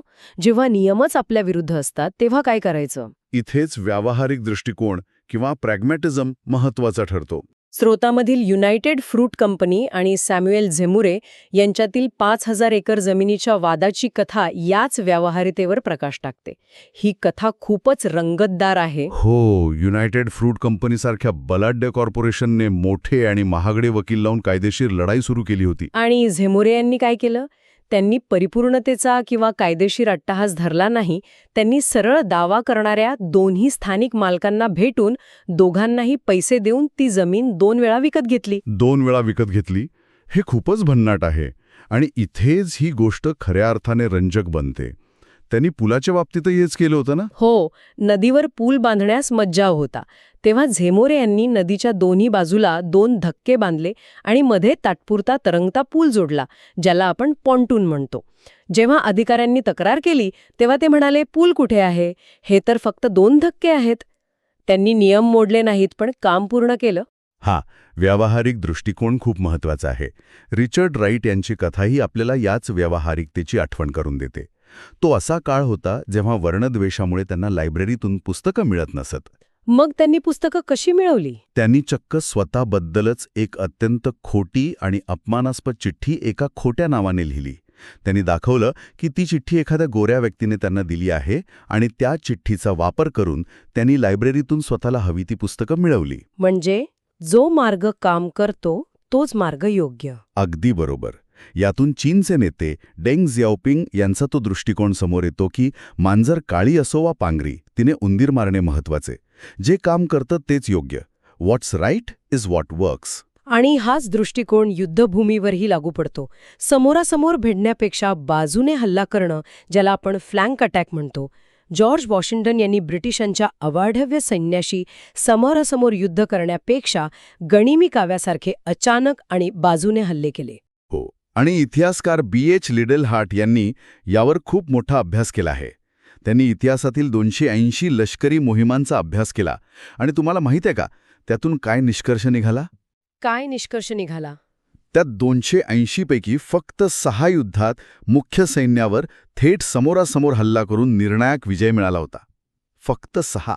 बापरे, 280 पैकी फक्त 6. ही आकडेवारी खरोखरच धक्कादायक आहे. म्हणजे थेट हल्ला करणं सहसा उपयोगाचं नसतं. अगदी तेच.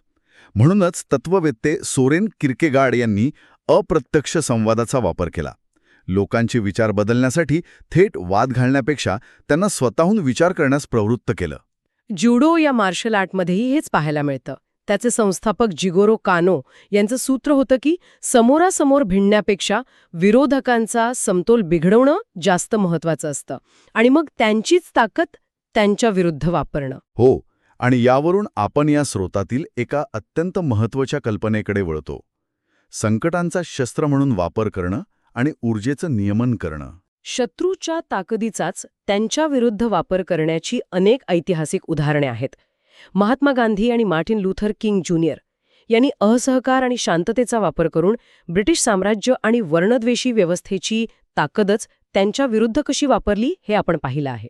हो, आणि हे स्पष्ट करणं गरजेचं आहे की आपण या उदाहरणांकडे कोणताही राजकीय किंवा वैचारिक दृष्टिकोन न ठेवता केवळ एका यशस्वी रणनीतीचा अभ्यास म्हणून पाहत आहोत.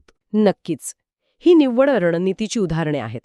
रशियननी नेपोलियन आणि नाझींना हरवण्यासाठी माघार घेऊन रशियन हिवाळ्याला आपलं काम करू दिलं होतं. आणि अलेक्झांडर द ग्रेटने त्याच्या ब्युसेफॅलस या घोड्याला बळजबरीने न भिडता त्याला थकेपर्यंत पळू दिलं. घोड्याची स्वतःचीच ऊर्जा संपली की तो आपोआप शांत झाला.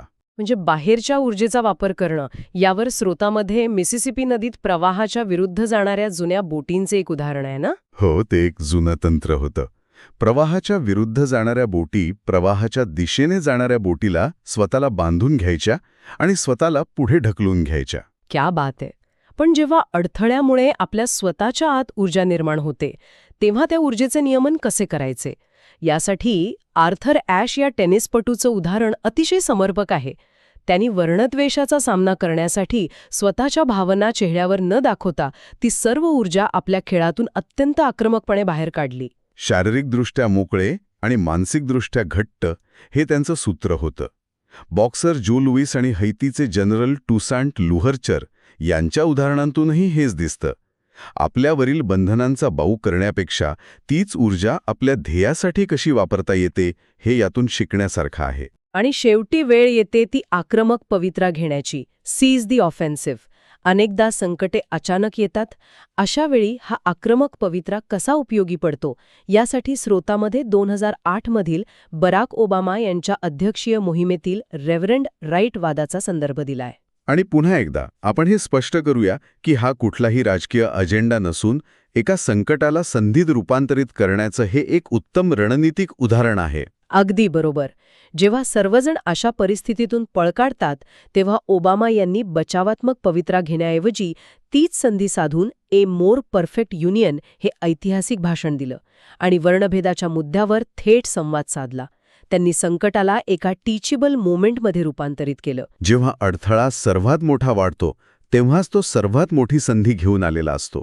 बचावात्मक राहण्यापेक्षा आक्रमक पवित्रा घेऊन संवादाची दिशा बदलणं ही सर्वोच्च रणनीती आहे. तर या सर्वांचा अर्थ काय होतो?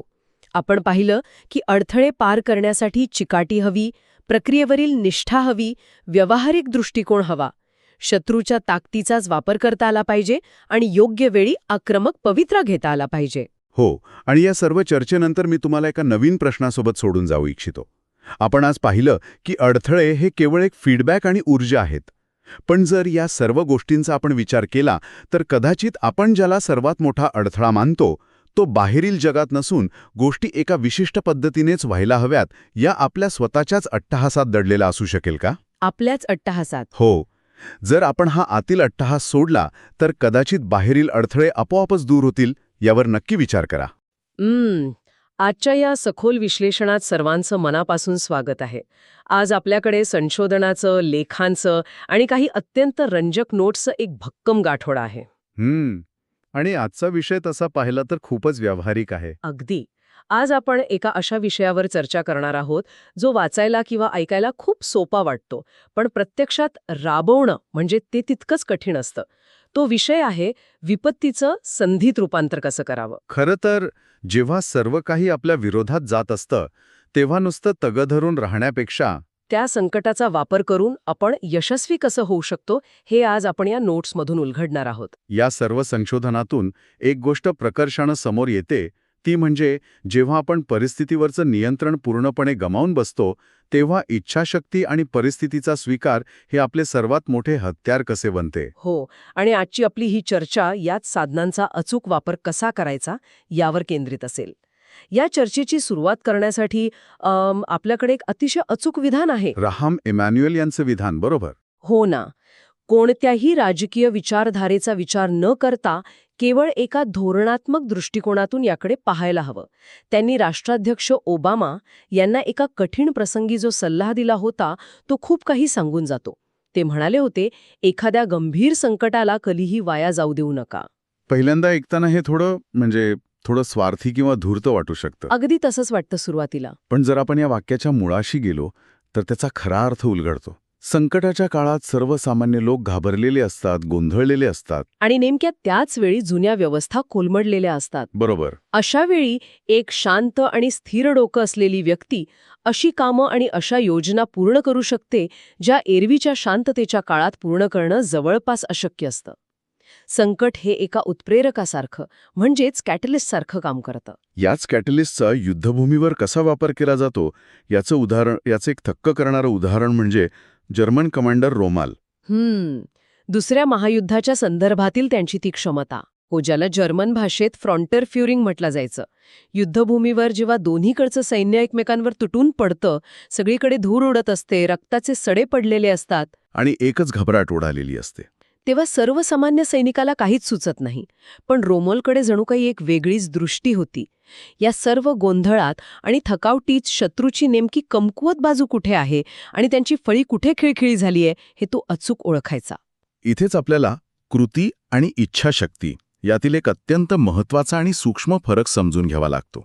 रोमालच्या उदाहरणात कृती आणि इच्छाशक्ती दोन्ही आहेत. म्हणजे ॲक्शन आणि विल पॉवर. अगदी. कृती तेव्हाच शक्य असते जेव्हा परिस्थितीवर आपलं थोडेफार नियंत्रण असतं. पण जेव्हा सर्व मार्ग बंद होतात, अंगात त्राण उरत नाही, तेव्हा फक्त इच्छाशक्ती उरते. हो. आणि अनेकदा आपण इच्छाशक्ती या शब्दाचा चुकीचा अर्थ घेतो. आपल्याला वाटतं की इच्छाशक्ती म्हणजे मला जिंकायचं आहे, मी हे मिळवणारच, असा एक प्रकारचा अहंकार. पण या नोट्स वाचताना जाणवतं की खरी इच्छाशक्ती ही अहंकारावर नाही तर नम्रतेवर आधारलेली असते. तंतोतंत. माझी जिंकण्याची इच्छा आहे असं म्हणण्यापेक्षा देवाची इच्छा असेल तर किंवा परिस्थिती अनुकूल असेल तर अशी नम्रता बाळगणे जास्त टिकून राहतं. खऱ्या इच्छाशक्तीमध्ये बडेजाव नसतो. त्यात एक अतिशय शांत अशी लवचिकता असते. जो वागतो तो मोडत नाही. हीच ती नम्र इच्छाशक्ती जी संकटात आपल्याला टिकून ठेवते. यात शांत आणि नम्र इच्छाशक्तीचा विचार केला तर अब्राहम लिंकन यांचा चेहरा डोळ्यासमोर आल्याशिवाय राहत नाही. आपण नेहमी त्यांच्या ऐतिहासिक यशाबद्दल बोलतो. त्यांनी अमेरिकेला सिव्हिल वॉरमधून कसं बाहेर काढलं याबद्दल. हो, पण त्या यशामागील त्यांच्या वैयक्तिक दुःखाची खोली आपण अनेकदा विसरतो. मी या नोट्समध्ये वाचत होते की लिंकन यांचं आयुष्य हे एक सतत चालणारं युद्ध होतं. आणि ते युद्ध बाहेर नव्हतं तर त्यांच्या आत होतं. पण मेलनकॉली म्हणतो त्याच्याशी लढत होते. बालपणीची गरिबी, लहान वयातच आईचं झालेलं निधन, नंतर आवडत्या स्त्रीचा मृत्यू आणि राजकारणातील सततचे पराभव. हे दुःख इतकं भयंकर होतं की ते काही वेळा आत्महत्येच्या विचारापर्यंतही गेले होते. पण त्यांच्या या वैयक्तिक संघर्षानंच त्यांना त्या सिव्हिल वॉरच्या भयंकर संकटात देशाला नेतृत्व देण्यास सक्षम बनवलं. इतर राजकारणी क्षुल्लक भांडणांमध्ये अडकायचे, एकमेकांचा द्वेष करायचे. पण लिंकन यांनी स्वतः इतकं प्रचंड दुःख भोगलं होतं की त्यांच्यात एक विलक्षण करुणा निर्माण झाली होती. त्यांनी स्वतःच्या नैराश्याला आपलं सामर्थ्य बनवलं. त्यांचं एक अत्यंत आवडतं वाक्य होतं जे ते नेहमी स्वतःला आणि इतरांना सांगायचे. हे देखील निघून जाईल. दिस टू शॅल पास. अगदी. परिस्थिती कितीही चांगली असली तरी ती टिकत नाही आणि कितीही वाईट असली तरी तीही कायम राहत नाही. त्यांची जीवन जगण्याची एक विशिष्ट पद्धत होती, जिला लॅटिनमध्ये सस्टेनेट ॲब्स्टिने म्हटलं जातं. म्हणजे सहन करा आणि दूर राहा. हो, दुःख स्वीकारा, त्यावर रडत बसू नका आणि आपलं काम करत राहा. लिंकन यांनी हे जे दुःख सहन करण्याचं सामर्थ्य मिळवलं होतं, त्यालाच आपण अंतर्मनाचा किल्ला म्हणू शकतो. असा एक किल्ला जो बाह्य जगातील कोणत्याही वादळाने कोसळत नाही. पण असा किल्ला जन्मजात कोणालाही मिळत नाही, हो ना? नाही, तो विटाविटांनी प्रयत्नांनी बांधावा लागतो. हा किल्ला कसा बांधायचा याची एक अत्यंत प्रेरणादायी कथा थिओडॉर रूझवेल्ट यांच्या बालपणाशी जोडलेली आहे. आपण रूझवेल्ट यांना एक अत्यंत बलदंड आणि ऊर्जावान राष्ट्राध्यक्ष म्हणून ओळखतो. पण त्यांच्या बालपणीचं चित्र याच्या अगदी उलट होतं. हो, वयाच्या 12व्या वर्षापर्यंत ते दम्याच्या आजाराने इतके त्रस्त होते की अनेकदा त्यांना श्वास घेणंही कठीण जायचं. थोडेसे जरी श्रम झाले तरी ते आठवडेभर अंथरुणाला खिळून असायचे. असं वाटायचं की हा मुलगा जास्त काळ जगू शकणार नाही. पण एके दिवशी त्यांच्या वडिलांनी त्यांना आपल्या खोलीत बोलवलं आणि एक कठोर वास्तव सांगितलं. ते म्हणाले, तुझ्याकडे तल्लख बुद्धी आहे, पण ती बुद्धी पेलण्यासाठी लागणारं शरीर तुझ्याकडे नाही. मी तुला सर्व साधनं देईन, पण ते शरीर घडवण्यासाठी तुला स्वतःलाच कठोर मेहनत करावी लागेल. एका लहान आणि सतत आजारी असणाऱ्या मुलासाठी हे आव्हान पेलणं अजिबात सोपं नव्हतं. पण रूझवेल्ट यांनी त्या क्षणी जे उत्तर दिलं ते कमालीचं होतं. ते म्हणाले, मी माझं शरीर घडवेन. त्यांनी घराच्या गच्चीवर एक व्यायामशाळा उभारली आणि सलग 5 वर्ष तिथे अक्षरशः घाम गाळला. आणि मग तो दम्याचा आजार? तो आजार त्यांच्या शरीरातून कायमचा हद्दपार झाला. त्यांनी तो आजार सहन करण्याऐवजी त्याच्यावर आक्रमण केलं आणि स्वतःचा शारीरिक किल्ला उभा केला. हे उदाहरण शारीरिक किल्ला उभारण्याचं झालं, पण मानसिक किल्ला उभारण्याची प्रक्रिया ही अशीच असते. प्राचीन काळात अनेक तत्ववेत्ते स्वतःला मानसिक खेळाडू मानायचे. ते मनाने मजबूत होण्यासाठी रोज व्यायाम करायचे, बरोबर? हो, याचं एक उत्तम सामूहिक उदाहरण ज्यू लोकांच्या इतिहासात पाहायला मिळतं. जेव्हा ज्यू लोकांचं मुख्य मंदिर उद्ध्वस्त झालं आणि त्यांना विस्थापित व्हावं लागलं, तेव्हा त्यांनी रडत बसण्याऐवजी एक अद्भुत गोष्ट केली. त्यांनी ते मंदिर आपल्या मनात उभे केले. अगदी बरोबर. त्यांनी ते मंदिर प्रत्यक्षात न बांधता आपल्या मनात आणि आपल्या परंपरेत उभं केलं. आणि ही परंपरा ते आजही पाळतात. पॅसोव्हर सेडरची प्रथा ना? हो, या प्रथेमध्ये ते आजही कडू औषधी वनस्पती आणि न फुगवलेली भाकरी खातात. हे काही स्वादिष्ट जेवण नाहीये. पण ते मुद्दाम हे खातात. कारण ती चव त्यांना त्या कठीण काळाची आठवण करून देते. ती कडू चव त्यांना त्यांच्या पूर्वजांच्या सहनशीलतेची जाणीव करून देते. संकटाच्या काळात हाच सामूहिक आणि वैयक्तिक अंतर्मनाचा किल्ला आपल्याला सुरक्षित ठेवतो. मग हा मानसिक किल्ला मजबूत करण्यासाठी आपण दैनंदिन जीवनात काय करू शकतो? इथे या संशोधनातील गॅरी क्लेन यांची प्री-मॉर्टम ही संकल्पना खूपच उपयुक्त ठरते. असल्यावर पोस्ट-मॉर्टम करतो. काय चुकलं, कोणाची चूक होती यावर चर्चा करतो. पण गॅरी क्लेन सांगतात की हेच काम आधी करा. एखादा प्रकल्प सुरू करण्यापूर्वीच अशी कल्पना करा की तो प्रकल्प पूर्णपणे फसला आहे आणि मग तो का फसला असेल त्यामागील सर्व कारणांची एक यादी तयार करा. ही आजच्या काळातील व्यवस्थापन पद्धत असली तरी याचं मूळ प्राचीन तत्वज्ञानात दडलेलं आहे. प्राचीन तत्ववेत्ते याला प्रेमेडिटेशिओ मालोरूम म्हणायचे, म्हणजेच वाईट गोष्टींची पूर्वकल्पना करणं.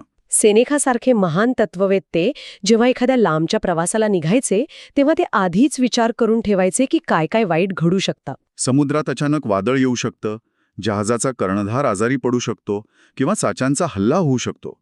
याचा अर्थ ते नकारात्मक विचार करत नव्हते, तर ते स्वतःला मानसिकरित्या तयार करत होते. बरोबर. यामुळे जेव्हा खरोखरच एखादं संकट यायचं तेव्हा ते घाबरून प्रतिक्रिया देत नसत.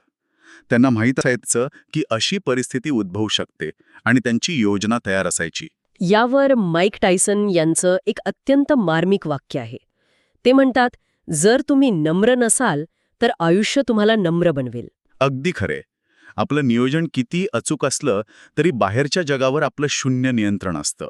त्यामुळे निराशा पचवण्याची पूर्वतयारी करणं अत्यंत आवश्यक आहे. हे तर झालं पूर्वतयारीबद्दल. पण जेव्हा प्रत्यक्ष संकट येतं तेव्हा स्वीकृतीची कला म्हणजेच आर्ट ऑफ ॲक्विसेन्स कामी येते. थॉमस जेफरसन यांचं उदाहरण पहा. त्यांना सार्वजनिक ठिकाणी बोलण्यात मोठी अडचण होती. त्यांचा आवाज क्षीण होता आणि ते अडखळत बोलायचे. हो, एखाद्या राजकारण्याला जर धड भाषणच करता येत नसेल तर ती खूप मोठी उणीव मानली जाते. पण जेफरसन यांनी या दोषावर रडत बसण्यापेक्षा तो पूर्णपणे स्वीकारला. त्यांनी ठरवलं की जर मी उत्तम वक्ता बनू शकत नाही तर मी जगातील सर्वात उत्तम लेखक बनेन. आणि याचा परिणाम काय झाला हे आपण सर्व जाणतोच. हो, त्यांनी अमेरिकेच्या स्वातंत्र्याचा जाहीरनामा अत्यंत स्पष्ट आणि प्रभावीपणे लिहिला. थॉमस एडिसन यांच्या बाबतीतही हेच घडलं. ते जवळजवळ पूर्णपणे बहिरे होते, पण त्यांनी या बहिरेपणाला शाप न मानता आशीर्वाद मानलं. ते म्हणायचे की या बहिरेपणामुळे मला बाहेरचा निरर्थक गोंधळ ऐकू येत नाही आणि मी माझ्या कामावर जास्त लक्ष केंद्रित करू शकतो. हेलेन केलर तर अंध आणि बहिऱ्या दोन्ही होत्या, पण या उणिवांचा स्वीकार केल्यामुळेच त्यांना इतर ज्ञानेंद्रिय अधिक तीक्ष्ण करता आली. बास्केटबॉलच्या जगात फिल जॅक्सन हे एक मोठं नाव आहे. त्यांच्या खुब्याला मोठी दुखापट झाली होती ना. हो, त्यामुळे इतर प्रशिक्षकांसारखे ते मैदानावर सतत इकडून तिकडे पळत खेळाडूंना सूचना देऊ शकत नव्हते. त्यांना एका जागी खुर्चीवर बसावं लागायचं आणि या एका जागी बसण्याच्या सवयीमुळेच ते खेळाकडे एका वेगळ्या आणि अधिक शांत दृष्टिकोनातून पाहू शकले. ते अधिक स्थिर प्रशिक्षक बनले. इथे एक गोष्ट लक्षात घेणं अत्यंत गरजेचं आहे. परिस्थितीचा स्वीकार करणं म्हणजे हार मानणं असा गैरसमज अनेकदा होतो, पण तसं अजिबात नाही. जो मार्ग उपलब्ध आहे त्याचा पुरेपूर वापर करणं हीच खरी स्वीकृती आहे. अगदी. माणूस ठरवतो आणि देव मोडून काढतो हा विचार आपण अंगीकारला पाहिजे. जर आपण एका रस्त्याने चाललो आहोत आणि तो रस्ता अचानक बंद झाला तर आपण तिथेच थांबून रस्ता का बंद झाला यावर वाद घालत बसत नाही. आपण लगेच पर्यायी मार्ग शोधतो. जीवनाचंही अगदी तसंच आहे. निसर्गावर नियंत्रण मिळवण्याचा बडेजाव सोडून देऊन परिस्थितीशी जुळवून घेणं अधिक शहाणपणाचं ठरतं. पण इथेच एक पुढची आणि सर्वात थक्क करणारी पायरी येते. ती म्हणजे केवळ परिस्थितीचा स्वीकार न करता त्या संकटावर चक्क प्रेम करणं. ऐकायला खूप विचित्र वाटतं ना. पण यालाच तत्वज्ञानात अमोर फाटी म्हणतात, म्हणजेच स्वतःच्या नियतीवर प्रेम करणं. थॉमस एडिसन यांच्या कारखान्याला लागलेल्या भयानक आगीची गोष्ट आपण सर्वांनी ऐकायला हवी. डिसेंबर 1914ची ती संध्याकाळ होती. वयाच्या 67व्या वर्षी एडिसन यांच्या प्रयोगशाळेला भीषण आग लागली. तिथे अनेक विचित्र आणि ज्वलनशील रसायनं असल्यामुळे ती आग साधी नव्हती. हिरव्या आणि पिवळ्या रंगाच्या भयानक ज्वाला 6-7 मजल्यांपर्यंत उसळत होत्या. त्यांचं आयुष्यभराचं संशोधन, हजारो रेकॉर्ड्स आणि लाखो रुपयांची मालमत्ता डोळ्यांसमोर जळून खाक होत होती. आणि सर्वात वाईट गोष्ट म्हणजे त्या कारखान्याचा विमा अत्यंत कमी रक्कमेचा होता. कोणत्याही सामान्य माणसासाठी हा एक मोठा धक्का असता. अशावेळी कोणीही रडून, संतापून किंवा नशिबाला दोष देत हार मानली असती. वयही 67 होतं. पण एडिसन यांची प्रतिक्रिया पूर्णपणे वेगळी होती.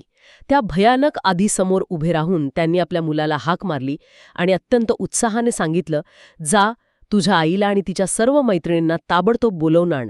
अशी भयंकर आणि सुंदर आग त्यांना त्यांच्या संपूर्ण आयुष्यात पुन्हा कधीच पाहायला मिळणार नाही. कमाल आहे ना. ते खरोखरच हसत होते.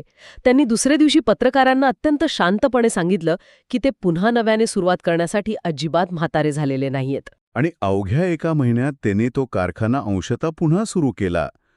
हेच अमोर फाटीचं खरं आणि जिवंत स्वरूप आहे. जे घडून गेले आहे, जे राग झालं आहे, ते कोणत्याही परिस्थितीत बदलता येणार नाही. मग त्याबद्दल दुःखी का व्हायचं? संकटालाच इंधन बनवून अत्यंत आनंदाने सामोरे जाणे. जॅक जॉन्सन या पहिल्या कृष्णवर्णीय हेवीवेट बॉक्सिंग चॅम्पियनचं उदाहरण सुद्धा हेच सिद्ध करतं. जिम जेफ्रीज विरुद्धचा तो ऐतिहासिक सामना. त्या सामन्यात हजारो गोरे प्रेक्षक जॉन्सनवर द्वेषाची आणि रागाची आग ओकत होते. पण जॉन्सननी त्या द्वेषाचं ओझं स्वतःवर घेतलं नाही. त्याने चीड किंवा राग व्यक्त केला नाही. त्याऐवजी तो प्रत्येक वार, प्रत्येक शिवी हसतमुख राहून परतवत होता.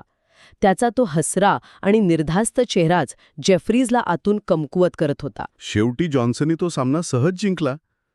संकटाला हसून सामोरे जाण्याची ही ताकद अफाट आहे. आत्तापर्यंत आपण इच्छाशक्ती आणि स्वीकृतीबद्दल खूप छान चर्चा केली.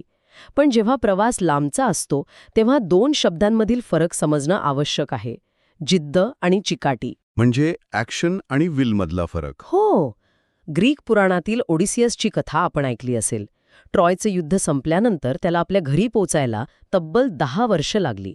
भयंकर चक्रीवादळे आली, राक्षसांचा सामना करावा लागला, तरीही तो घरी पोचला. याउलट American civil वॉरमधील Ulysses S Grant यांचं उदाहरण आहे.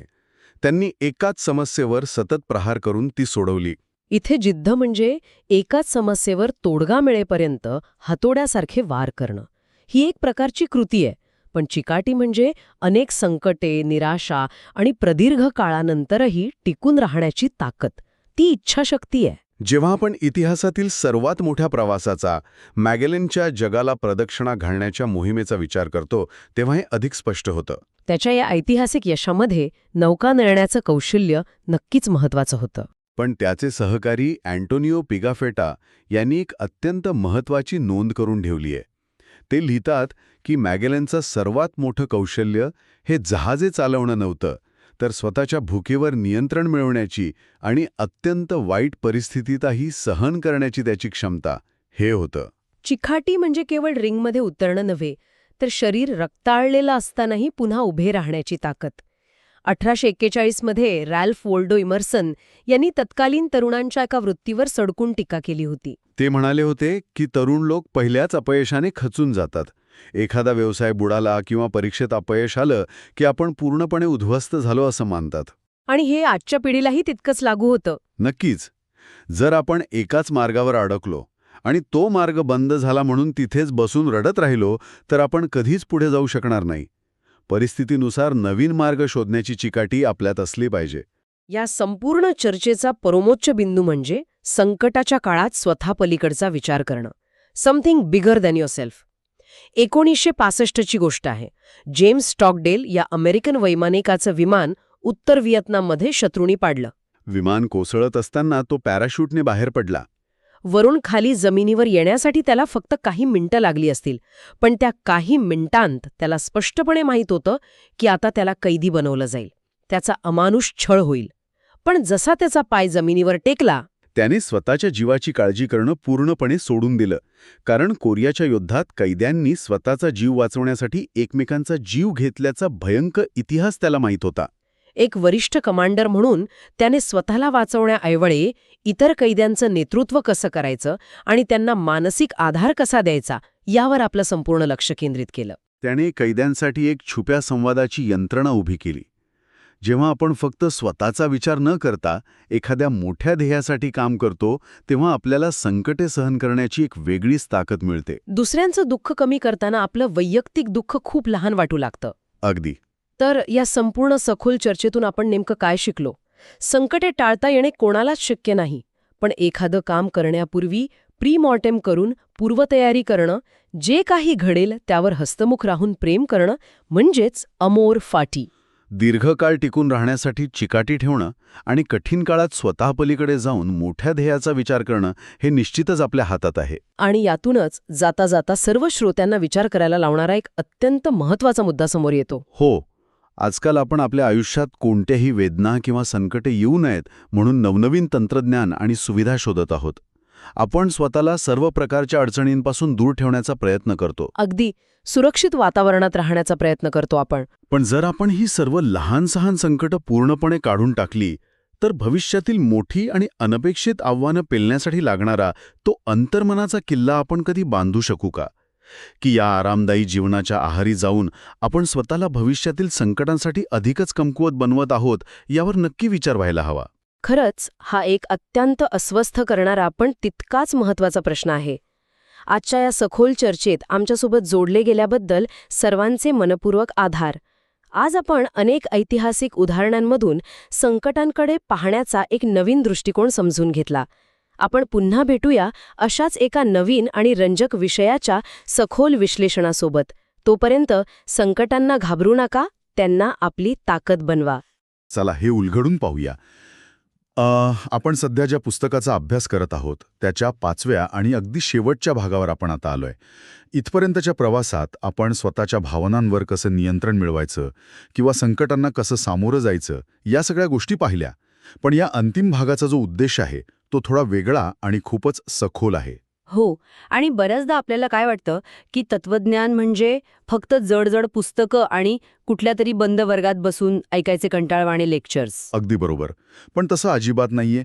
रोजच्या आयुष्यात जेव्हा एखादं मोठं संकट समोर उभं राहतं तेव्हा त्यातून बाहेर पडण्यासाठी हेच तत्वज्ञान एका जिवंत हत्यारासारखं कसं काम करतं हे आपण आज पाहणार आहोत. आणि सर्वात महत्त्वाचं म्हणजे स्वतःच्या दुःखापलीकडे जाऊन इतरांचा विचार कसा करायचा हा या भागाचा मुख्य गाभा आहे.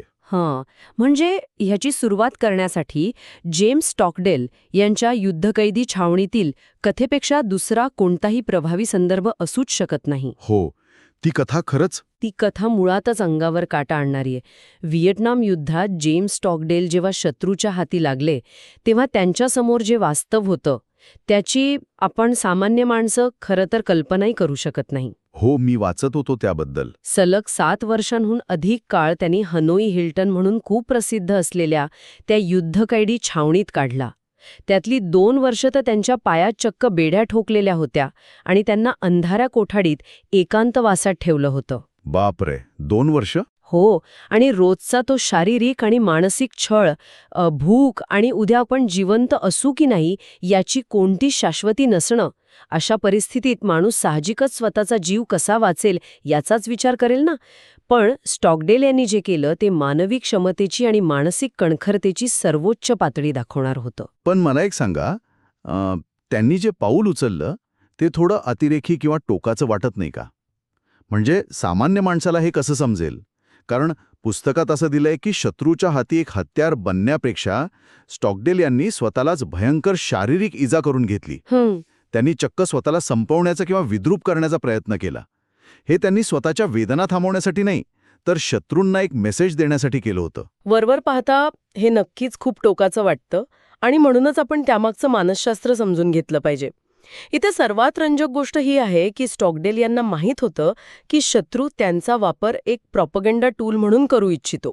म्हणजे त्यांच्याकडून खोटे व्हिडिओ बनवून घेणं आणि अगदी बरोबर. खोटे व्हिडिओ बनवून किंवा त्यांच्याकडून माहिती काढून इतर अमेरिकन युद्धकैद्यांचं मनोधैर्य खच्ची करण्याचा तो शत्रूचा डाव होता. स्टॉकडेल यांनी विचार केला की माझ्या शरीरावर माझा ताबा नसेल, पण माझ्या निर्णयांवर माझा ताबा नक्कीच आहे. स्वतःला इजा करून त्यांनी शत्रूच्या हातातला तो प्रॉपगंडाचा मुद्दाच पूर्णपणे हिरावून घेतला. क्या बात आहे. म्हणजे स्वतःवर नियंत्रण मिळवण्याचा हा एक मार्ग होता. हो ना. त्यांच्या इतर सहकाऱ्यांनी या युद्धासाठी आपले प्राण दिले होते. त्या बलिदानाचा अपमान ते कोणत्याही परिस्थितीत होऊ देणार नव्हते. स्वतःच्या इच्छेविरुद्धही आपल्या लोकांचं नुकसान होऊ नये यासाठी त्यांनी हे भयंकर पाऊल उचललं. ही खरं तर एक प्रकारची मानसिक लढाई होती, जिथे त्यांनी शत्रूकडून नियंत्रण स्वतःच्या हातात घेतलं. आणि आश्चर्याची गोष्ट म्हणजे ते स्वतः इतक्या भयानक परिस्थितीत असतानाही त्यांनी इतर कैद्यांचा विचार सोडला नाही. छावणीतल्या इतर सैनिकांसाठी त्यांनी एक भक्कम आधार व्यवस्था उभी केली. त्यांनी सर्वांना एक मंत्र दिला ज्याला ते US म्हणायचे, म्हणजेच युनिटी ओव्हर सेल्फ, स्वार्थापेक्षा एकी. आणि इथेच त्यांचं खरं नेतृत्व दिसून येतं. ते स्वतः एक आदर्श होतेच, पण ते एक माणूस होते आणि त्यांचे सहकारी ही सामान्य माणसंच होती हे त्यांनी कधीच विसरलं नाही. सलग कित्येक तास चालणाऱ्या अनन्वित छळानंतर एखादा सैनिक माहिती देऊ शकतो किंवा तो मानसिकदृष्ट्या तुटू शकतो, हे वास्तव त्यांनी स्वीकारलं होतं. हो, कारण शेवटी प्रत्येक माणसाची एक सहनशक्ती असतेच. नक्कीच. जेव्हा एखादा सैनिक छळाला कंटाळून शत्रूला काही माहिती द्यायचा, तेव्हा त्याला नंतर भयंकर अपराधीपणाची भावना ग्रासायची. स्टॉकडेल यांनी टॅप कोड सारख्या गुप्त संवादाच्या माध्यमातून एकमेकांना आधार देण्याची एक सिस्टम बनवली. तो टॅप कोड म्हणजे भिंतीवर टॅप करून बोलण्याची पद्धत ना? हो, तीच. त्यांनी सर्वांना हेच सांगितलं की आपण सर्व यात एकत्र आहोत. कोणीही एकटा नाहीये आणि कोणालाही स्वतःची लाज वाटून घेण्याची अजिबात गरज नाही. याच युनिटी ओव्हर सेल्फचं दुसरं एक जबरदस्त उदाहरण मला आठवतं, ते म्हणजे जॉन मॅकेन. ते सुद्धा याच छावणीत होते. व्हिएतकॉंगच्या सैनिकांना मॅकेन यांच्या कुटुंबाचा मोठा लष्करी इतिहास माहीत होता. त्यांचे वडील आणि आजोबा दोघेही ॲडमिरल होते. हो, त्यामुळे अमेरिकेची बदनामी करण्यासाठी आणि हे बघा तुमचे अधिकारी स्वतःचा जीव वाचून कसे पळून जातात हे जगाला दाखवण्यासाठी त्यांनी मॅकेन यांना अनेकदा सोडून देण्याची ऑफर दिली. पण मॅकेन यांनी ती स्पष्टपणे नाकारली. त्यांनी ती ऑफर नाकारली कारण तो त्यांच्या तत्वांचा आणि सहकाऱ्यांचा सरळ सरळ विश्वासघात ठरला असता. केवळ स्वतःची सुटका करून घेण्यासाठी ते बाकीच्यांना वाऱ्यावर सोडणार नव्हते. बरोबर. त्यांनी स्वतःच्या मर्जीने तिथेच राहणं आणि तो भयानक छळ सहन करणं पसंत केलं. त्यांनी स्वतःच्या वेदनांपेक्षा आपल्या सहकाऱ्यांच्या भल्याला जास्त महत्त्व दिलं. हे सगळं ऐकताना अंगावर शहारे येतात, पण आपण विचार करू शकतो की आपण कोणीही अशा युद्धकैदी छावणीत तर नाही आहोत. मग आजच्या आपल्या रोजच्या आयुष्यात याचा काय उपयोग? इथे मला हेनरी रॉलिन्स यांच्या एका विधानाचा संदर्भ द्यायला नक्की आवडेल. हो, ते विधान खूपच समर्पक आहे आजच्या काळासाठी. हो ना, काही वर्षांपूर्वीच्या आर्थिक मंदीच्या काळात त्यांनी म्हटलं होतं की जेव्हा लोक हताश होतात, जेव्हा नोकऱ्या जातात किंवा आर्थिक संकटे येतात, तेव्हा लोक तुम्हाला त्यांची चांगली बाजू दाखवणार नाहीत. पण अशा कठीण काळात आपण स्वतःची पातळी खाली आणता कामा नये. म्हणजे आजच्या जगात जिथे कॉर्पोरेट लेऑफ्स होतात किंवा व्यवसायात अचानक नुकसान होतं, अशा वेळी मला माझं पाहू दे, बाकीच्यांचं मला काही पडलेलं नाही, असा स्वार्थी विचार करण्यापेक्षा नैतिक आणि नागरिक जबाबदारी दाखवणं हीच खऱ्या अर्थानं हिरो बनण्याची सर्वात मोठी संधी असते. मॉरल अँड सिव्हिक बॅकबोन दाखवणं. आणि या अशा विचारसरणीचा थेट फायदा आपल्या स्वतःच्या मानसिकतेला होतो. जेव्हा आपण संकटात असतो तेव्हा आपलं मन सतत मी किंवा माझ्यासोबतच असं का घडलं किंवा मी आता काय करू या चक्रात अडकलेलं असतं. हो, आपण एकदम सेल्फ सेंटर्ड होऊन जातो. अगदी तसंच. पण जेव्हा आपण हे चक्र थांबवून दुसऱ्यांची मदत करण्याचा विचार करतो तेव्हा आपली स्वतःची भीती आणि नैराश्य आपोआप कमी होतं. याचं कारण म्हणजे आपल्याला एक नवीन उद्दिष्ट मिळतं. जर आपण स्वतःचा प्रश्न लगेच सोडवू शकत नसू तर किमान आपल्या आजूबाजूच्या लोकांसाठी ही परिस्थिती थोडी तरी सुसह्य कशी करता येईल याचा विचार केल्यास आपल्या समस्येचं ओझं बरंच हलकं होतं. म्हणजे थोडक्यात सांगायचं तर इतरांना मदत करणं हा स्वतःच्या दुःखातून बाहेर पडण्याचा सर्वात प्रभावी मार्ग आहे. अगदी 100%. आता इथून पुढे जो विषय येतो तो थोडा अनपेक्षित पण खूपच रंजक आहे. इथे विषय खरोखरच रंजक होतो. आपण नेहमी स्वतःला विश्वाचा केंद्रबिंदू मानतो आणि आपल्याला वाटतं की आपल्याकडे खूप वेळ आहे. पण 1569 मधील फ्रेंच विचारवंत मिशेल डी मॉन्टेन यांच्या बाबतीत घडलेली एक घटना ह्या भ्रमाला मोठा धक्का देते. ती घोड्यावरून पडण्याची घटना ना? हो, तीच. ते एकदा जंगलातून वेगाने धावणाऱ्या घोड्यावरून खाली पडले. त्यांना रक्तबंबाळ आणि जवळजवळ बेशुद्ध अवस्थेत घरी आणलं गेलं. त्यांचे मित्र त्यांना मृत्यूत समजाल होते. स्वतः मॉन्टेन यांनी त्या क्षणाचं वर्णन असं केलंय की त्यांचा जीव त्यांच्या ओठांच्या टोकावर एखाद्या आत्म्यासारखा नाचत होता आणि अगदी शेवटच्या क्षणी तो परत आला. बापरे. मृत्यूच्या इतक्या जवळून परत आल्यावर त्यांचं संपूर्ण आयुष्यच बदलून गेलं.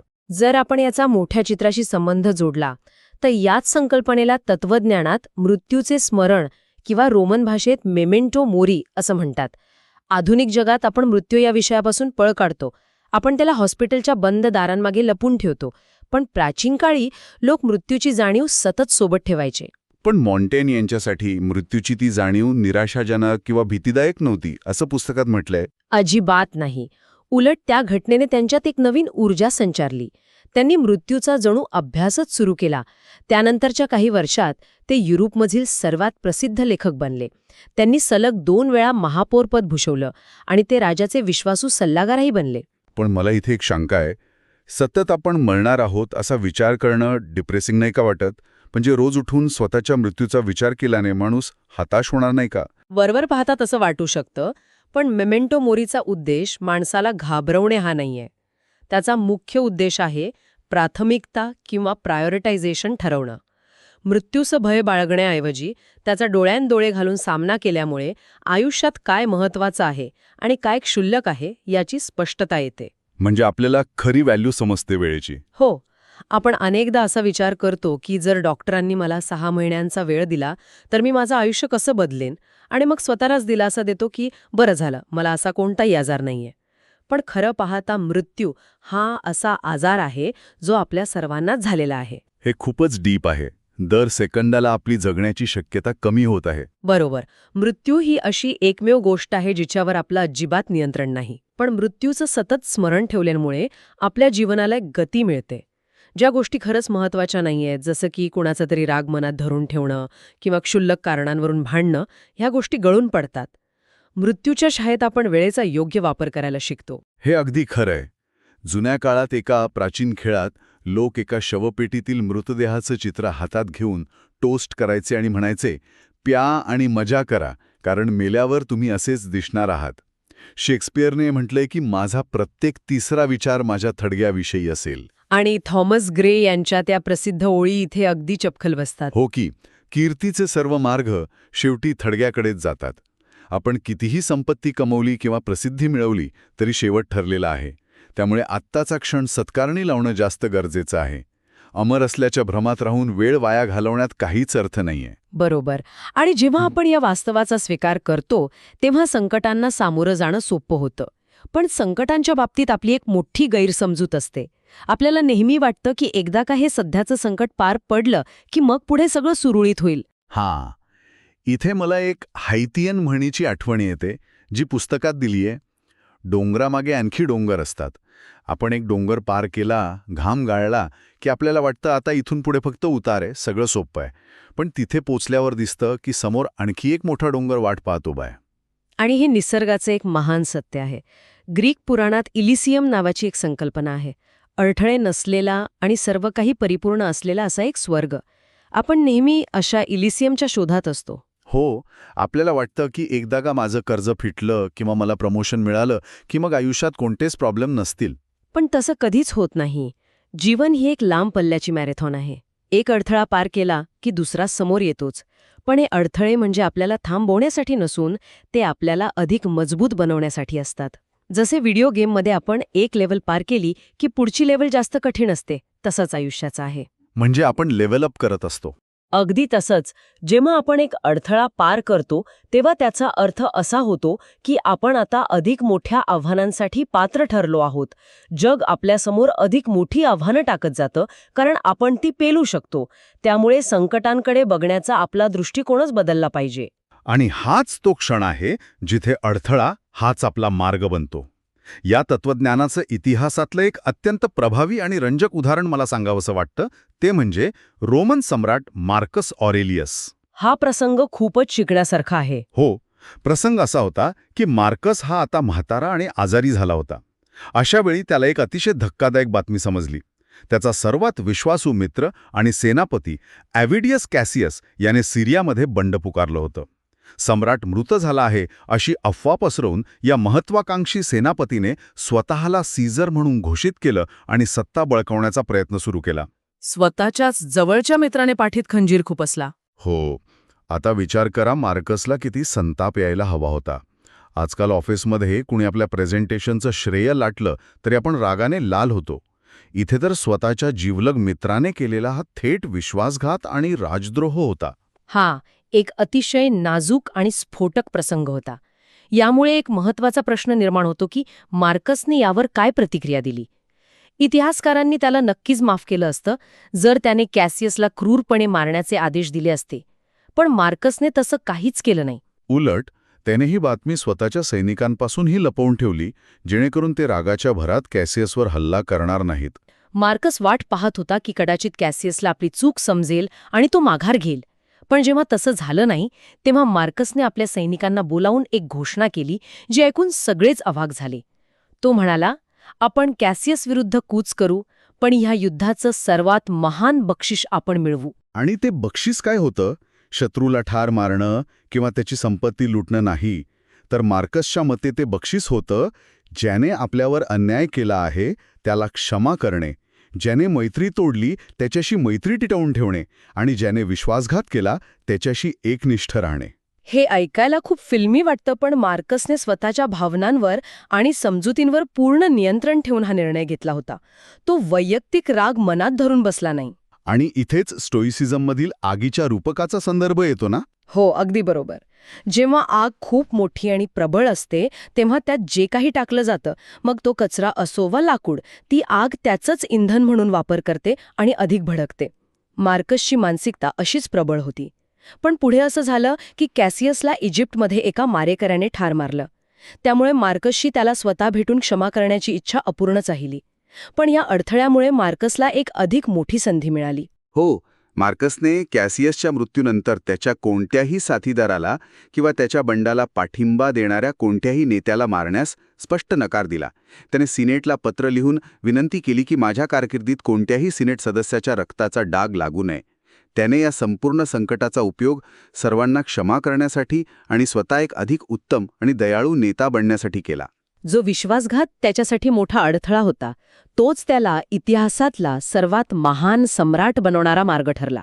हेच सूत्र आपण आपल्या दैनंदिन जीवनातही लागू करू शकतो. आज आपल्यावर कुणी असा लष्करी हल्ला करणार नाही किंवा राजद्रोह करणार नाही, पण लोक आपल्याला दुखावतील, आपल्या व्यवसायात नुकसान करतील, ट्रॅफिकमध्ये आपल्याला कट मारून पुढे जातील किंवा सोशल मीडियावर आपला अपमान करतील. रोजच्या आयुष्यातल्या छोट्या छोट्या लढाया आहेत. हो, अशा प्रत्येक वेळी आपण रागवण्याऐवजी त्या परिस्थितीला एक संधी म्हणून पाहिलं पाहिजे. स्वतःला शांत ठेवणं, क्षमाशील असणं आणि एक चांगली व्यक्ती बनणं हा पर्याय नेहमीच आपल्याकडे उपलब्ध असतो.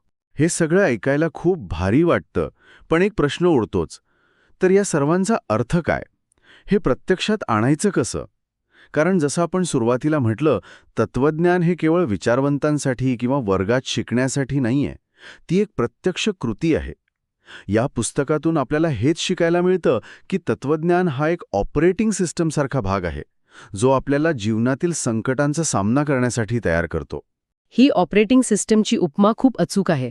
जसे एखाद्या कम्प्युटरची ऑपरेटिंग सिस्टम जेव्हा एखादा व्हायरस किंवा बग येतो तेव्हा पूर्ण सिस्टम क्रॅश न होऊ देता त्याला आयसोलेट करते आणि सिस्टम चालू ठेवते. अगदी तसंच हे तत्वज्ञान काम करतं.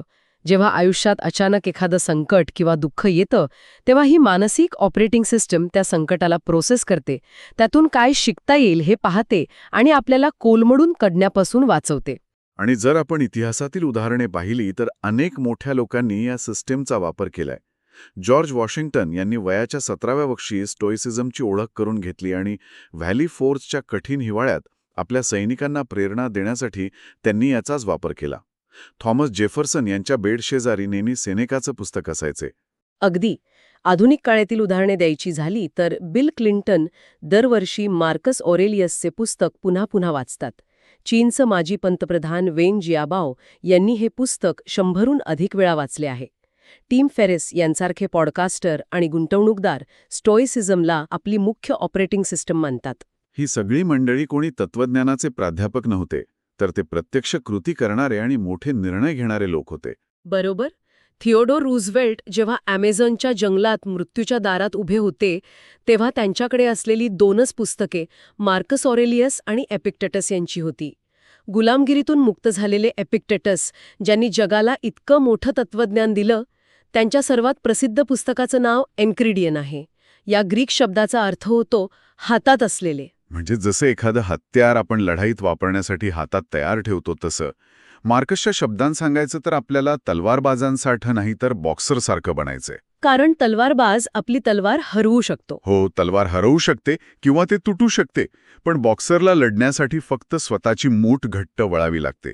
त्याची ताकद त्याच्या स्वतःमध्येच असते. स्पष्ट समज, ज्याला आपण परसेप्शन म्हणतो, म्हणजे परिस्थितीकडे पूर्वग्रह न ठेवता पाहणे.